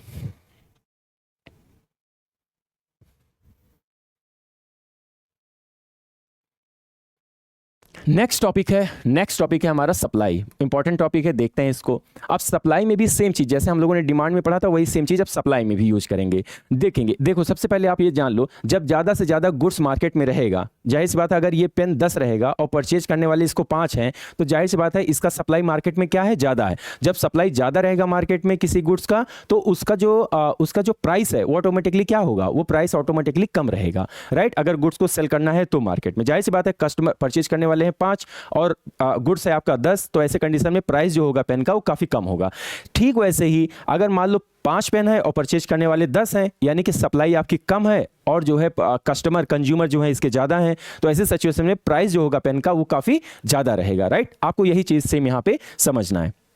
देखते हैं, supply is a quantity of product that seller are willing and able to offer a particular price. यहाँ पे बोला जाए, ये सप्लाई साइड से देखा जाता है। सप्लाई साइड करने का मतलब है जो प्रोड्यूसर्स हैं वो इस चीज़ को जो है सप्लायर होते हैं इस चीज़ का। तो supply is a quantity of product that sellers are willing and able to offer at a particular price. As price increases, quantity supplied increases. देखो, as price increases, quantity of supplied increases, and as price decreases, quantity supplied fall. बहुत important concept दिया गया है, इस concept को समझो। इस concept में सिंपल सा ये बोला गया है कि जब प्राइस जो है इंक्रीज रहता है, जैसे जाहिर सी बात है जब प्राइस काफ़ी, जैसे मैंने बोला ये पेन मार्केट में अवेलेबल है 5 पेन, परचेज करने वाले हैं 10, तो प्राइस इसका ज़्यादा रहेगा। तो ऐसे सिचुएशन पे देखा जाता है कि ये जो कंपनी इस पेन को बनाने वाली होगी वो ज़्यादा से ज़्यादा गुड्स को मार्केट में रखेगी, राइट। क्यों? क्योंकि जो है कस्टमर है ज़्यादा, कंज्यूमर है ज़्यादा, इसकी डिमांड भी ज़्यादा हो रही है, तो ज़्यादा से ज़्यादा पेन बनाने की कोशिश की जाएगी, राइट। वही सेम चीज़ यहाँ पर बोला जा रहा है कि जब प्राइस ज़्यादा रहेगा, तो प्राइस जब ज़्यादा रहेगा तो क्वान्टिटी ऑफ सप्लाई भी इंक्रीज़ की जाएगी, राइट। और जब प्राइस डिक्रीज रहेगा तो जो क्वान्टिटी ऑफ सप्लाई है उसको कम किया जाएगा। मान लो ये 10 पेन है, खरीदने वाले 5 है, तो और ज़्यादा सप्लाई बढ़ाई जाएगी कि सप्लाई घटाई जाएगी? जाहिर सी बात है सप्लाई को कम किया जाएगा, राइट। यही चीज़ यहाँ पे इस पॉइंट में यही चीज़ बोला गया, यही इस पूरे कॉन्सेप्ट का, सप्लाई कॉन्सेप्ट का सबसे इंपॉर्टेंट कॉन्सेप्ट यही लाइन है, राइट। इस लाइन को हमेशा याद करके रखो। This is because higher prices increase profitability. This is because higher prices increase profitability incentivizing producers to increase output and also attract new firms to the market। Simple सा बोला गया है कि हायर प्राइसेस क्या करती हैं, प्रॉफिट को increase करती हैं, इंसेंटिव को इंक्रीज करती हैं, राइट। जो प्रोड्यूसर्स होते हैं उनके लिए इंसेंटिवाइजिंग का सिचुएशंस होता है ये। और इसके साथ साथ जो न्यू फॉर्म्स होते हैं, न्यू फैक्ट्रीज, न्यू इंडस्ट्रीज, ये सब जो है मार्केट में आते हैं, राइट। जब जाहिर सी बात है ज़्यादा से ज़्यादा आप गुड्स बनाओगे तो आपके यहाँ जो फर्म्स होंगे, जो इंडस्ट्रीज होगी, मैन्युफैक्चरिंग यूनिट होगी, वो ज़्यादा से ज़्यादा मार्केट में काम करना चाहेगी। ये चीज़ यहाँ पे बोला जा रहा है। फिर this is known as a law of supply. Individual supply is a quantity of a particular seller offers at a different price, right. Same चीज बोला गया है यहाँ पे। जाहिर सी बात है, पहला आपका लाइन ये जो है, ये सबसे इंपॉर्टेंट लाइन है कि जब प्राइसेस ज़्यादा रहेगा तो सप्लाई क्या होगी, वो ज़्यादा की जाएगी, और जब प्राइसेस कम है तो सप्लाई क्या की जाएगी, कम की जाएगी। ऐसा क्यों? ऐसा इसलिए किया जाता है दिस इज बिकॉज जब हाई प्राइसेस रहता है तो प्रॉफिट होने के चांसेस ज़्यादा रहेंगे, और जो प्रोड्यूसर्स होते हैं उनके लिए इंसेंटिवाइजिंग का काम रहता है, राइट। इसके साथ साथ नए फर्म्स अट्रैक्ट होते हैं, राइट, टू दी मार्केट में नए फर्म्स भी आते हैं, और इसी को बोला जाता है लॉ ऑफ सप्लाई। सिंपल सा कॉन्सेप्ट है और इसमें कुछ भी खास नहीं दिया गया है, राइट। फिर नेक्स्ट देखते हैं। नेक्स्ट वही एग्जांपल के साथ हमें दिया गया है कि जैसे हम लोगों ने श्रीवल्ली को देखा था ऊपर एग्जांपल के, वही सेम चीज़ एग्जांपल यहाँ पे समझाया गया है। सपोज प्राइस ऑफ मैंगो पर केजी 50 केजी और 22 सेलर। अब यहाँ पे एग्जांपल इन्होंने श्रीवल्ली की जगह क्या ले लिया है, ए। कोई ए है, कोई शॉपकीपर है जो सेल कर रहा है, राइट। अब 50 रुपये में 1 केजी सेल किया, 100 रुपये में 2 केजी सेल किया, 150 रुपये में 3 केजी सेल किया। सेम चीज़ को यहाँ पे बताया जा रहा है। वहाँ पे क्या हो रहा था, वहाँ पे बायर थे, वहाँ पे श्रीवल्ली के इंडिविजुअल को लिया था उन्होंने, वो बाई कर रही थी, राइट। अब यहाँ पे क्या होगा, शॉपकीपर होगा जो सेल कर रहा है, राइट। 50 रुपये में 1 केजी, 100 रुपये में 2 केजी, 150 रुपये 3 केजी। अब सप्लाई कर्व में देखते हैं। सप्लाई कर्व में जाहिर सी बात वही सिंपल सी चीज़ कि 50 रुपये को कितने, 50 रुपये में कितना सेल किया गया, 1 केजी। 100 रुपये में कितना सेल किया गया, 2 केजी। 150 रुपये में कितना सेल किया गया, 3 केजी, राइट। ये क्वांटिटी ऑफ मैंगोज है। अब देखो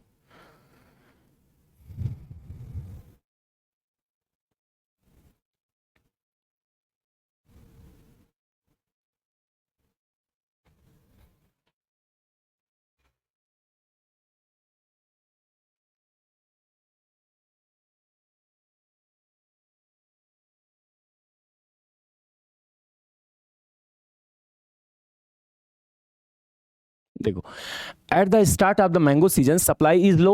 इस मैंगो के स्टार्टिंग सीजन में सप्लाई लो रहती है, मेकिंग मैंगोज कॉस्टली। मैंगो उस समय क्या रहेगा, कॉस्टली रहेगा। सप्लाई कम है तो मैंगो क्या होगा, कॉस्टली ज़्यादा रहेगा। जैसे मैंने पेन का बताया, mid season the supply increases and prices fall. This shows how prices depend on the interaction between demand and supply, right? When supply is less, अब यहाँ का मेन कॉन्सेप्ट है, when supply is less than demand, prices rise. When supply exceed the demand, prices fall. ये main concept है आपकी book का, ये आपको जानना बहुत जरूरी है, इसको समझो। यहाँ पे सिंपल सा बोला गया है, जैसे मैंने पेन का एग्जांपल दिया वही सेम चीज।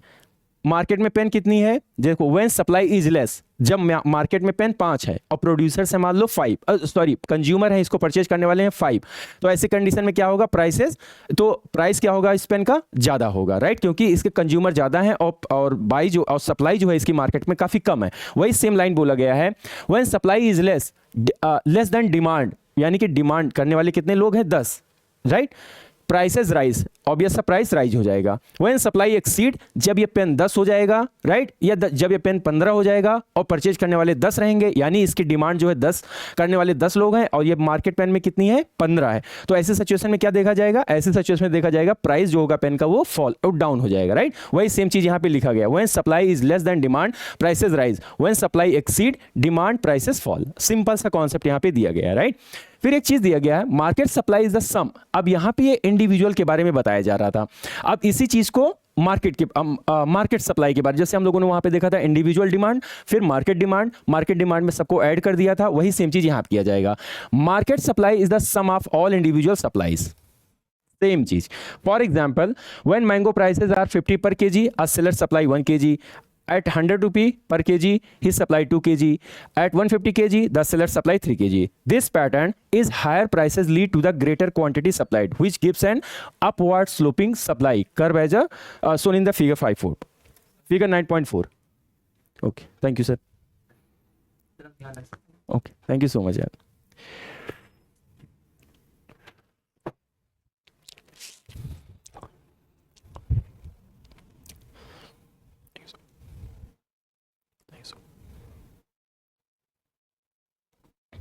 देखो सेम चीज यहां पे भी जैसे हम लोगों ने डिमांड में देखा था वैसे सप्लाई में भी है।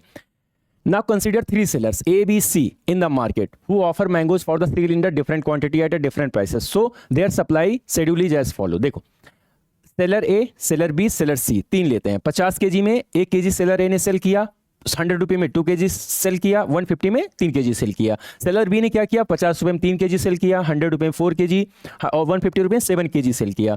और सेलर सी ने क्या किया, 50 रुपये में 2 केजी, 100 रुपये में 6 केजी, 150 रुपये में 8 केजी। अब जो मार्केट सप्लाई होगी वो सबका क्या होगा, उन सबका सम होगा, राइट। मार्केट सप्लाई में देखेंगे ए बी सी ने तीनों एक साथ क्या सेल किया वो चीज़ बताई जाएगी। तो जैसे जैसे सेलर ए, सेलर बी, सेलर सी ने 50 रुपये में कितने सेल किए, 214,426, राइट। यही सेम चीज 100 रुपये में 426, 66, 12, राइट। 150 रुपये में मार्केट सप्लाई क्या थी, यानी तीनों का सम 7, 3, 10, 8, 18, राइट। यही चीज आपको बताया, ये मार्केट सप्लाई होता है। मार्केट सप्लाई में सबको क्या करते हैं, ऐड कर देते हैं।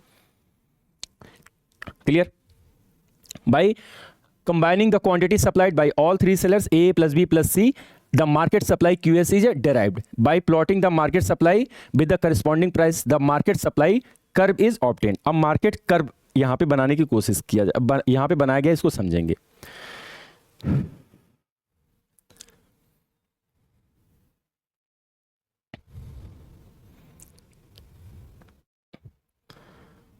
देखो सबसे पहले इंडिविजुअल कर्व, 50 रुपये में कितना बाई किया गया था, 1 केजी, राइट। 100 रुपये में कितना बाई किया गया था, 2 केजी। फिर 150 रुपये में कितना बाई किया गया था, 3 केजी, राइट।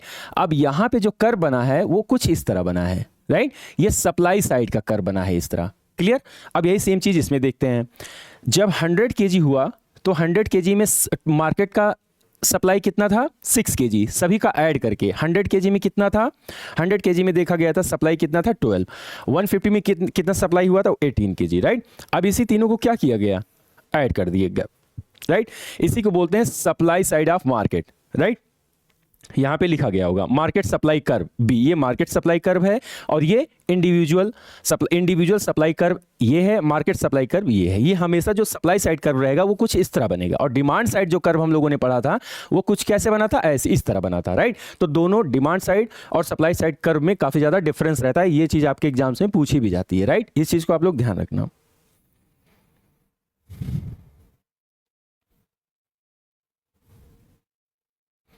अच्छा, एक चीज यहां पे समझाया गया है, वही सेम चीज, सेम कॉन्सेप्ट को समझाया गया है। आप लोग थोड़ा समझने की कोशिश करना कि देखो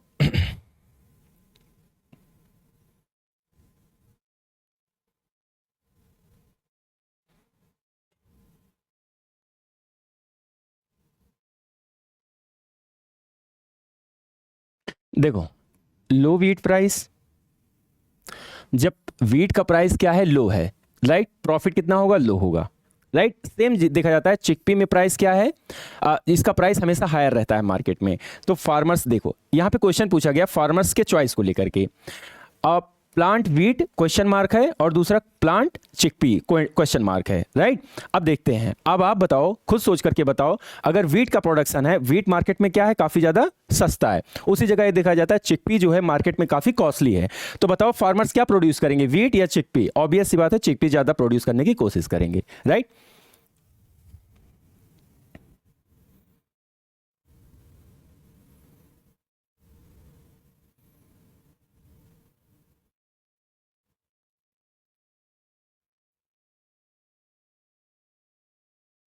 अब यहां पे दिया गया है,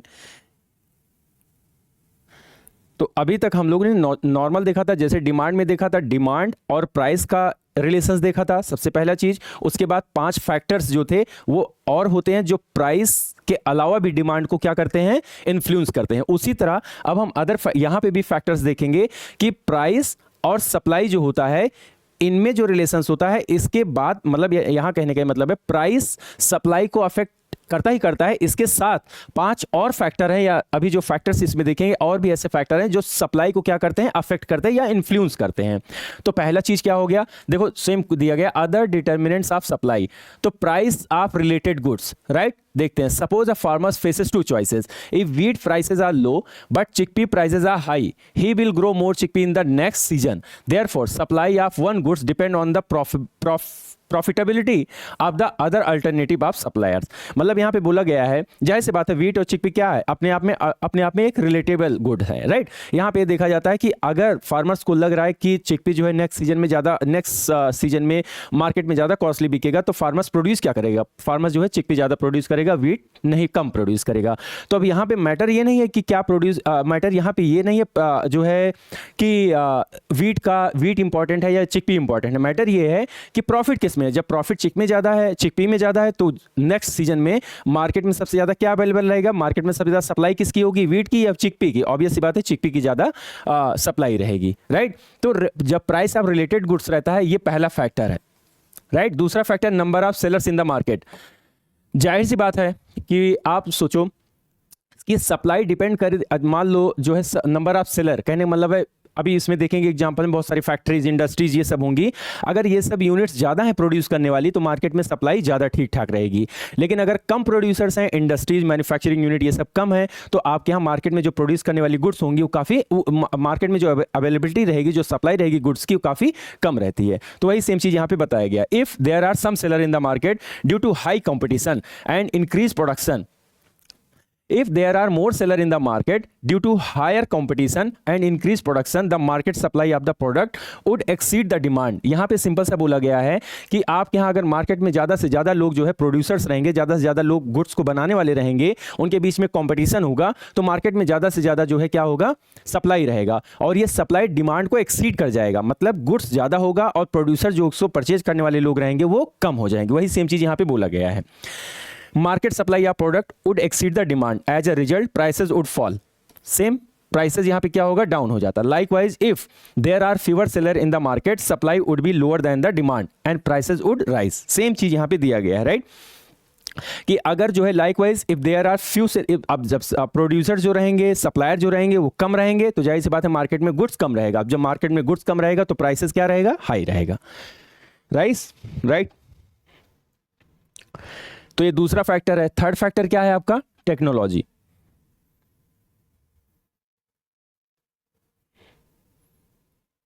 थर्ड फैक्टर हम लोग क्या देखा, technology.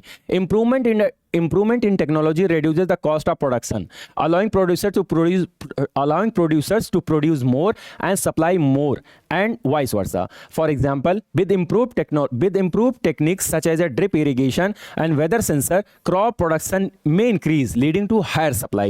Similarly, the adoption of cold storage facility in the transportation of mangoes to distance market thereby increase market supply. Simple सा बोला जा रहा है, जब आपके पास टेक्नोलॉजी ज़्यादा होगा तो आप ज़्यादा से ज़्यादा गुड्स को प्रोड्यूस कर सकते हो, और वही सेम कॉन्सेप्ट, ज़्यादा से ज़्यादा गुड्स आप प्रोड्यूस करोगे, मार्केट में सप्लाई करोगे, तो फिर उसका प्राइस डाउन होने के चांसेस ज़्यादा रहेंगे, राइट। तो तीसरा ऐसा फैक्टर है जो सप्लाई को क्या करता है, इन्फ्लुएंस करता है।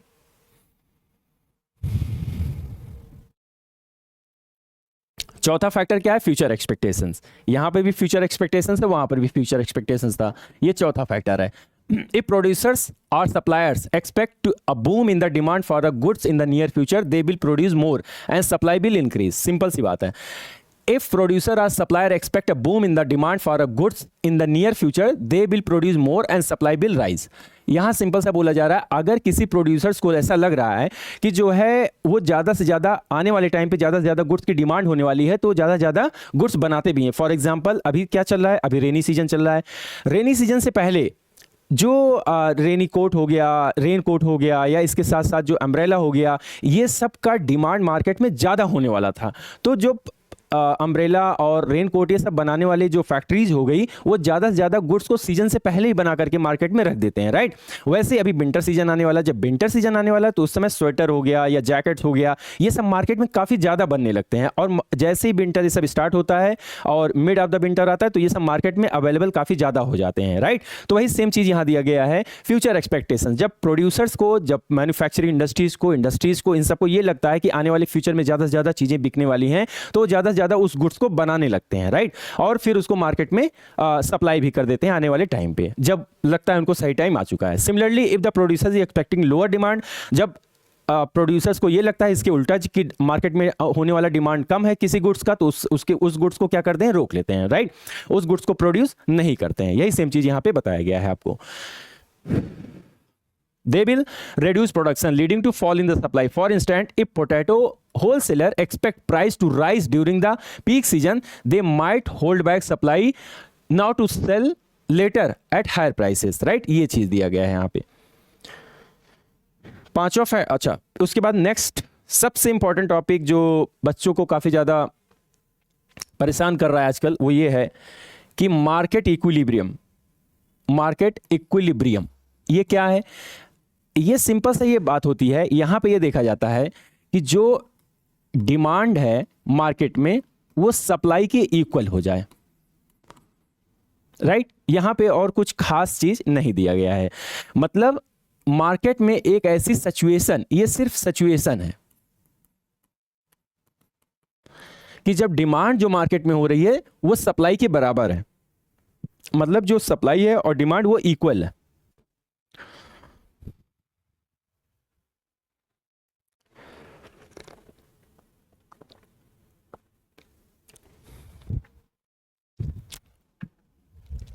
देखो, मार्केट इक्विलिब्रियम एक ऐसी सिचुएशन होती है जहां पे डिमांड और सप्लाई सेम हो जाए। मतलब यहां पे अभी तक मार्केट में देखा जाता है कि कहीं भी ऐसा नहीं देखा गया है कि जहां पे डिमांड और सप्लाई जो है सेम हो, वो मिसमैच रहती ही रहती है। इसी वजह से प्राइस में इन्फ्लुएंस भी होता है काफी ज्यादा, प्राइस में चेंजेस भी काफी ज्यादा चलते रहते हैं। रीजन ये रहता है कि वहां डिमांड और सप्लाई में चेंजेस होता रहता है। मार्केट इक्विलिब्रियम सिंपल सा बोलता है एक ऐसी सिचुएशन जहां पे डिमांड, लोग जितना डिमांड कर रहे हैं उतनी सप्लाई भी मार्केट में अवेलेबल है, राइट, ना उससे ज्यादा अवेलेबल है ना तो उससे कम अवेलेबल है। यही सेम चीज यहां पे बताया जा रहा है। तो देखते हैं, यहां पे लिखा भी हुआ है the point where supply of goods and services equal demands, same meaning there is a no exceed supply or no exceed demand, no excess demand in the market and price tend to remain stable unless external factor changes। मतलब इसका यहाँ पे कहने का ये मतलब है कि जब डिमांड और सप्लाई, ये सिचुएशन जब होगी मार्केट इक्विलिब्रियम की, जहाँ मार्केट इक्विलिब्रियम एक ऐसी सिचुएशन है जहाँ पे डिमांड और सप्लाई इक्वल है। जब डिमांड और सप्लाई इक्वल रहेगी तो प्राइसेस में चेंज होगा? प्राइसेस में चेंज बिल्कुल भी नहीं होगा, प्राइसेस लंबे समय तक सेम रहेगा, राइट। ये चीज यहां पे बताया गया है। Every market involve negotiation between what buyers are willing to pay and what sellers are willing to accept, thus price are determined by the interaction between demand and supply. The table below shows the quantities of mangoes demanded and supplied at the selected price. At the lower price there is a excess demand, where at the higher price there is a excess supply. यहाँ पे बोला गया है इस line में, जब lower price था तो डिमांड क्या थी? एक्सेसिव थी। उसी जगह ये देखा गया जब हाई प्राइसेस था तब सप्लाई जो है ज्यादा थी, राइट, तब डिमांड कम हो गई।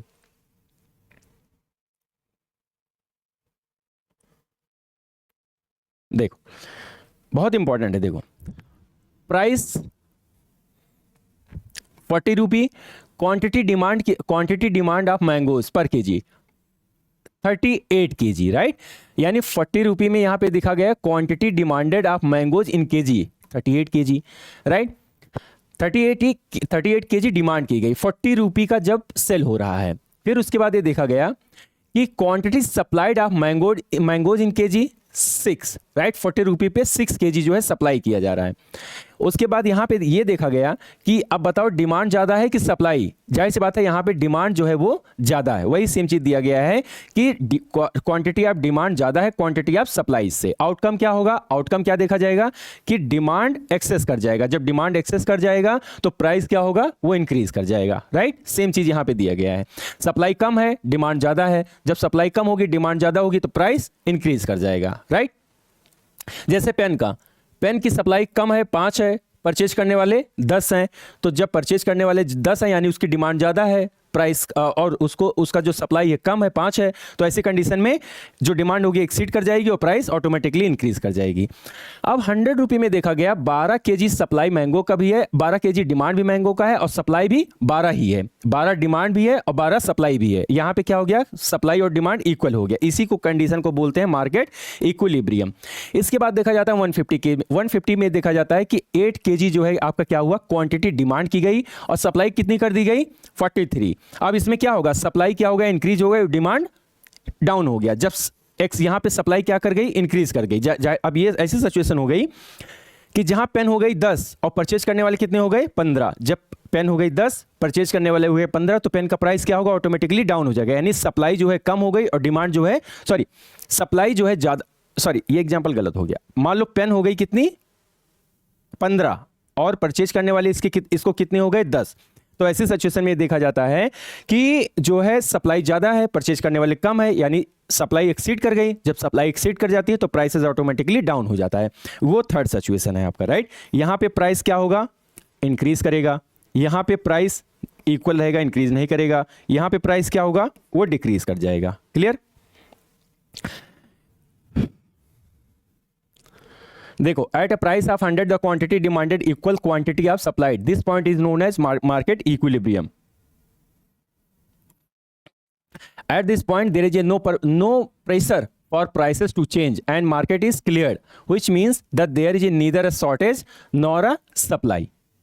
यहां पे डिमांड और सप्लाई सेम हो जाती है। ये देखो, बहुत अच्छा कर्व बनाया गया है इक्विलिब्रियम का। ये प्राइस है और ये क्वांटिटी है। अब यहां 100 केजी में कितना देखा गया, 12 केजी, राइट।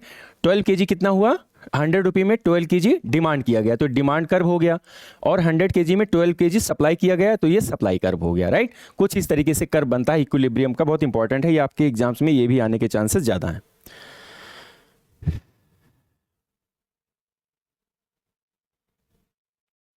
फिर ये बोला गया है, एक सिंपल सा क्वेश्चन पूछा गया है, does market equilibrium exist in the real world. क्या ऐसा मार्केट इक्विलिब्रियम जो है मार्केट कहीं रियल वर्ल्ड में एग्जिस्ट करता है। तो इसका आंसर जो होगा वो काफ़ी ऐसी सिचुएशन है, इसका आंसर जो होगा वो नो में आएगा, राइट। कहीं कहीं बहुत ही rarest of the rare situation है जहां पे जो है ऐसी इकोनॉमी हो जहां पे इक्विलिब्रियम एग्जिस्ट कर रहा हो, राइट। जहां पे डिमांड और सप्लाई सेम हो, राइट। बहुत सारी इकोनॉमी ऐसी होती है जहां पे डिमांड और सप्लाई में मिसमैच रहता है, जिसकी वजह से प्राइसेस में भी मिसमैच रहता है, right.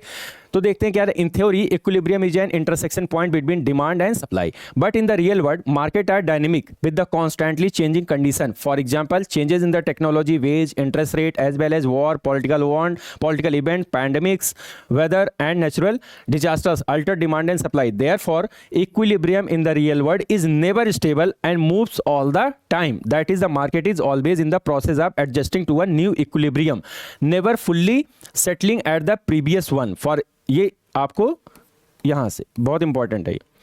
For example, during the COVID-19 pandemic in 2020, the demand for the face mask surged rapidly. As a result, the supply could not catch up immediately, and the price of mask rose significantly. Over the time, supply adjusted to the increased demand, and prices fell. Once the pandemic was over, demand reduced further, and the prices reduced to the pre-pandemic level. Right? ये simple सा दिया है। जैसे मैंने बोला, market equilibrium ऐसी situation बहुत rarest of the rare हो कि जहां किसी इकोनॉमी में एग्जिस्ट करता हो। ये एग्जिस्ट नहीं करता रियल वर्ल्ड में। मतलब एग्जिस्ट ना करने का मतलब है सप्लाई और डिमांड में चेंजेस मिसमैच रहता ही रहता है। यहाँ टैरिफ दिया गया, वही सेम चीज़। ये आप लोग इस चीज़ को आप लोग पढ़ करके अगर आप लोगों को इसमें कुछ टफ लग रहा है तो आप ये चीज़ें बताओ। जैसे सिंपल सा सिचुएशन दिया गया है यहाँ पे कि hotels do not charge same prices for room at all at the time. Their prices change according to the demand, season and spatial situation. This shows how market are dynamic, meaning prices keep changing based on varying condition. Suppose a hotel in the Goa has 100 room. The room tariff changes as follows. Off season, weekly, off season 1500 per night. फिर देखा जाता है weekend, during tourist season देखा जाता है 8,000 पर night, right. तो ये चेंजेस जो है सीजन्स, टाइम, इन सब के अकॉर्डिंग जो है चेंजेस चेंज होते रहते हैं। आप ये केस स्टडी दी गई है, इस केस स्टडी को आप लोग पढ़ो, पढ़ने के बाद जो है आप ये पाओगे कि बहुत सारे फैक्टर्स ऐसे होते हैं जो क्या करते हैं, चेंज करते रहते हैं, right.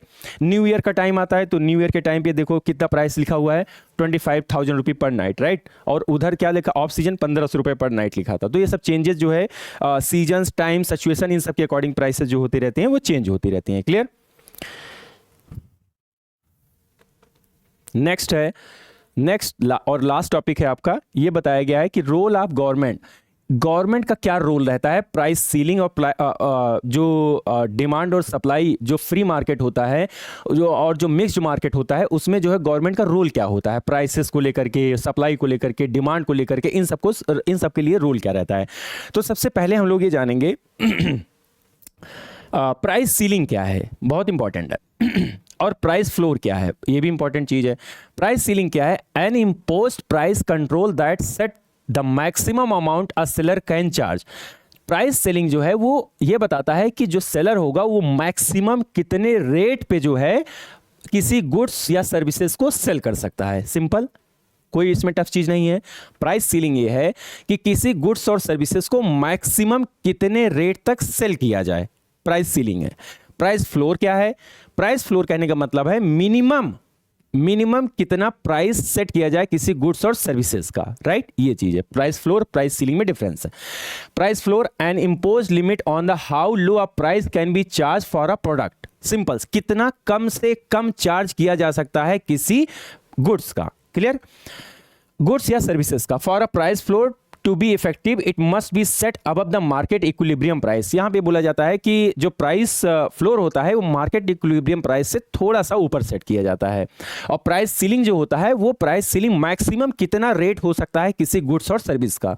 And imposed price control that set the maximum amount a seller can charge for a product और सर्विसेज। सिंपल सी बात है। क्लियर। टुडे लिखा हुआ है, today India is the fourth largest economy in the world. It is market-based, clear, regulated economy in which prices depend on the demand and supply. Clear. However, market do not always work fairly. Market allocate goods and services based on willingness and ability to pay. Market हमेशा किस पर काम करती है, market हमेशा जो है willingness पर और एबिलिटी टू पे पर काम करती है, right. Suppose essential goods like medicine became very expensive, will they be accessible to all?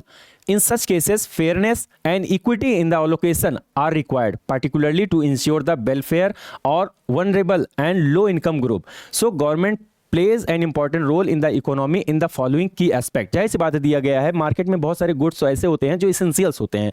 जैसे हम लोग पहले चैप्टर जब बिल्डिंग ब्लॉक्स ऑफ इकोनॉमी पढ़ रहे थे तो उसमें हम लोग देख रहे थे कि बहुत सारे गुड्स ऐसे होते हैं जो इसेंशियल्स होते हैं, जो नीड होती है ह्यूमन की, बेसिक चीज होती है। जब उस चीज को कोई ना परचेज कर पा रहा हो, राइट।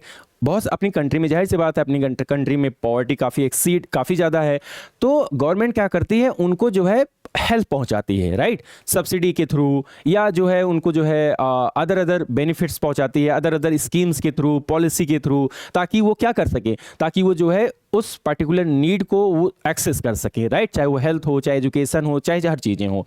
वही सेम चीज़ यहाँ पे दिया गया। ये इक्विटी जो हो गया, ये इक्विटी उसी को बोलते हैं कि गवर्नमेंट, जैसे सपोज मान लो गवर्नमेंट स्कूल्स में क्या है, गवर्नमेंट स्कूल्स में देखा जाता है कि जो एजुकेशन है वो क्या है, वहाँ पे फी वगैरह कंपैरेटिवली प्राइवेट स्कूल्स के वहाँ पे फी काफ़ी कम रहती है, right.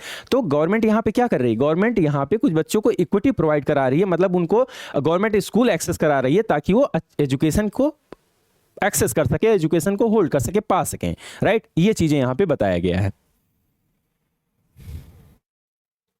Regulation of unfair practices. तो गवर्नमेंट का सबसे पहला काम क्या है, गवर्नमेंट का सबसे पहला काम ये देखा जाता है कि कोई कंपनी, मान लो कोई एक कंपनी, मोनोपोली का मतलब ही आप लोग समझ लो, मोनोपोली वो होता है जहां पे कोई एक कंपनी है और उस कंपनी का बहुत ही ज्यादा बोलबाला मार्केट में चल रहा हो, लोग उसी के गुड्स खरीदे जा रहे हैं, लोग उसी की सर्विसेज परचेज करते चले जा रहे हैं, लोग उसी के गुड्स परचेज करते चले जा रहे हैं, राइट।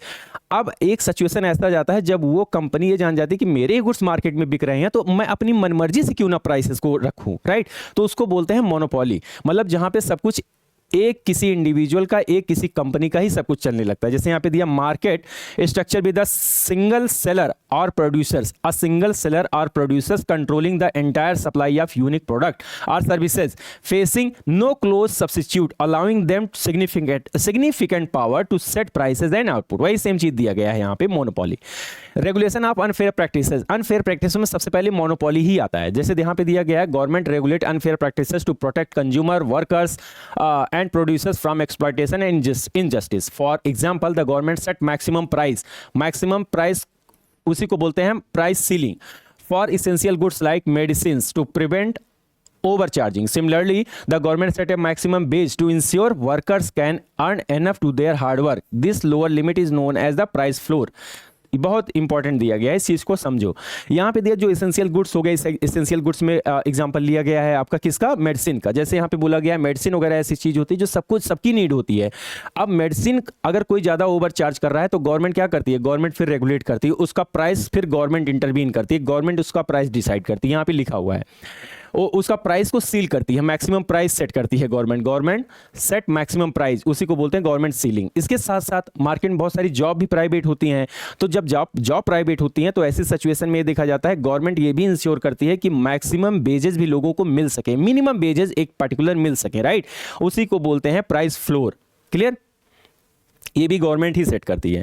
इसके sometimes a single or a few seller dominate the market, they can charge higher prices and supply less than a competitive market would. This form of monopoly would be detrimental to consumers' welfare as it may charge higher prices, provide poorer quality of goods and services, restrict supply and so on. The government regulates such practices, keeping the prices and quantity supplied in check.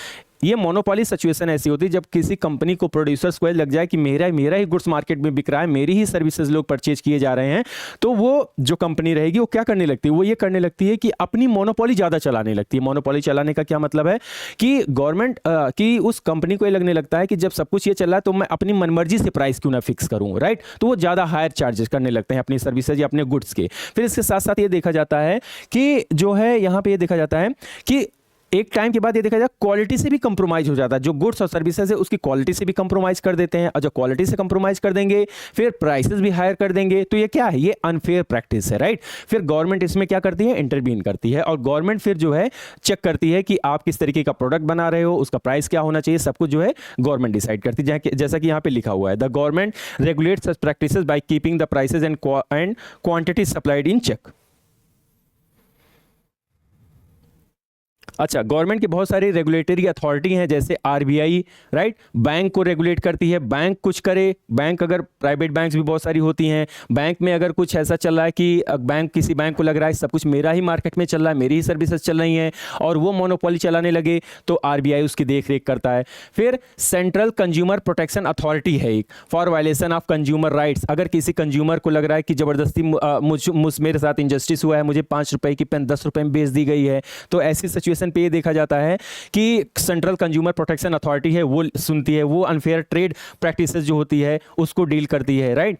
फिर telecom regulatory authority of India है, try जिसको बोलते हैं, for telecommunication sector के लिए है। फिर security and exchange board of India, SEBI है, फॉर सिक्योरिटीज मार्केट, राइट, जो शेयर्स वगैरह जहां सेल होते हैं, इन सब में अगर कुछ प्रॉब्लम आती है तो सेबी देखती है, and so on. Ensure transparency in the market, right, यही चीज यहां पे बताया गया है। फिर एक केस स्टडी दी गई है सिंपल सा, इस केस स्टडी को आप लोग समझना, आप लोग पढ़ना।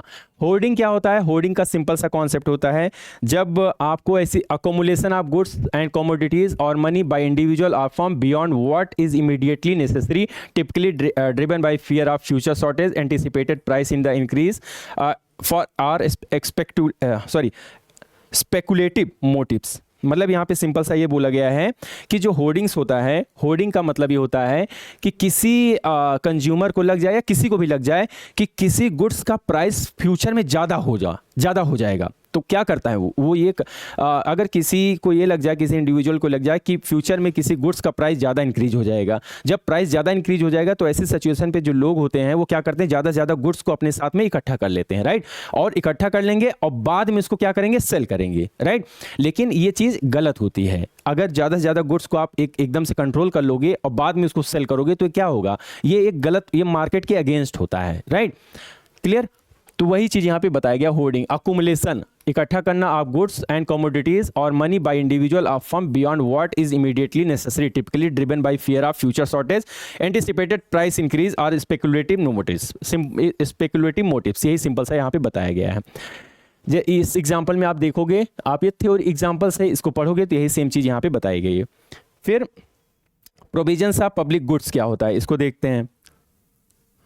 Public goods are goods, public goods are goods and services that are provided by the government for the benefit of all citizen। जैसे आप लोग जानते हैं गवर्नमेंट रोड हो गया, bridges, public parks, street lighting are provided for the public use, national defence protect the country from external threat, sanitation and drainage system improve living condition and so on. These goods are usually not provided by private companies because they do not generate direct profit। ये कौन provide कराता है, ये government provide कराती है, right. Simple सा यहाँ पे केस दिया गया है, इस केस में बताया गया है, इस केस में समझाया गया है कि अगर मान लो 4-5 लोग या 10 लोगों का घर है और आसपास पार्क नहीं है और वो लोग आपस में मिल करके पार्क बनाने की कोशिश करते हैं तो क्या वो पार्क बना पाएंगे।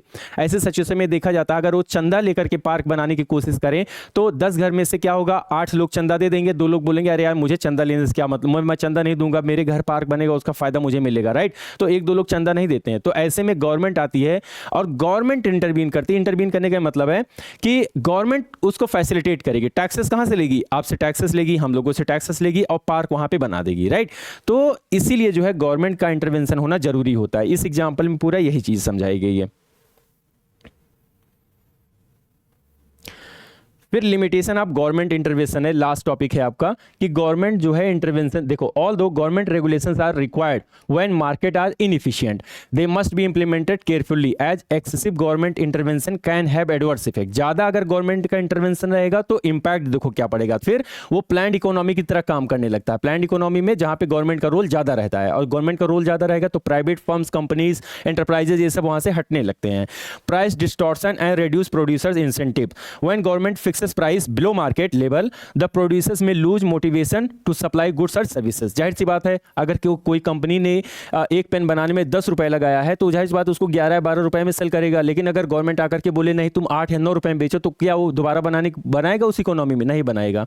तो यही मोटिवेशन जो होता है डाउन हो जाता है प्रोड्यूसर्स का। Instance if government set a maximum price for wheat at 20 kg per while the market forces set it at 30 per kg। वही सेम एग्जांपल बताया गया। Farmers receive less than what they would in the free market, this may lead to reduced production and shortages।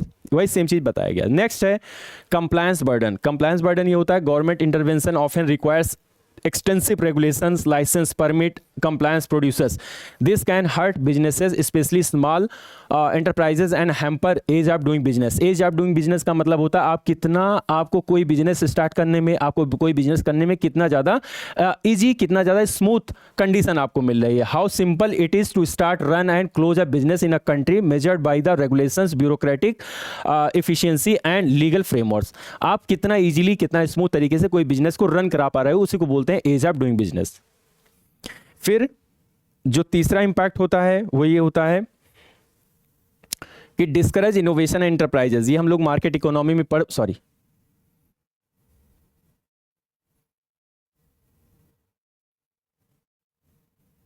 ये हम लोग market economy में पढ़ भी चुके हैं।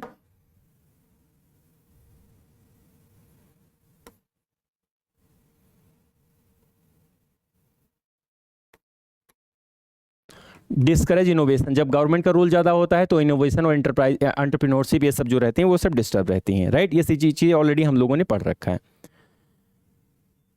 फिर ये चैप्टर आपका यहाँ पे ख़त्म होता है और इस चैप्टर को एक बार देख लेते हैं। यहाँ पे last paragraph, understanding how these economic system works and general principle of economics help to see the logic behind the choices people make, whether it is a price they pay, the job they do, or the policies government implemented. It provides the tool to think critically, use resources wisely, and make informed decision in a world where every choices affect individual, society and economy. ये आपके chapter का conclusion है, right? Market are not machine with fixed equilibrium, but dynamic system and constantly adapt, evolve and respond to changing condition. The next time you notice a price change, whether it is books, vegetable or sports equipment, pause and ask, what is the really happening here? Is supply changing? Is demand shifting? Is market moving towards equilibrium or being pushed away from it? Is government intervention helping or hurting? While understanding these forces, you are not merely learning key principle in economics. Instead, you are decoding how market dynamic works in the real life. बहुत important है ये। आपका क्या किया गया, ये आपको बोला गया है, ये लोग एक्सपीरियंस के लिए आपको बोला गया कि ये चीजें अब ये चैप्टर पढ़ने के बाद अब जब ये सब सिचुएशन राइज हो तो आप चीजों को सोच सको और समझ सको, राइट? फिर इसके क्वेश्चंस हैं, इस क्वेश्चंस को हम लोग कल परसों में देखेंगे, right? Thank you so much for watching this video and also thank you for keep supporting and please keep supporting as continue. आप लोग इसी तरह सपोर्ट करते रहिए, मैं आगे और भी वीडियो बनाऊंगा और भी चैप्टर करूंगा। Thank you so much for watching.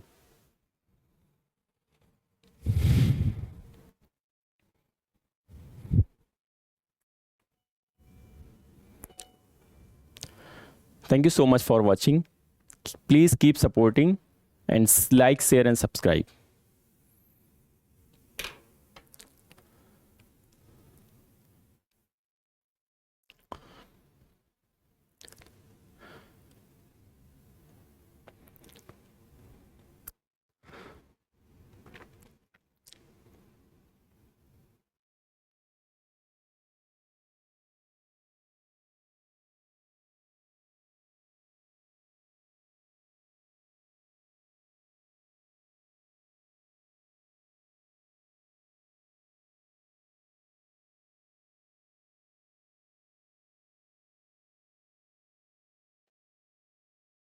Done.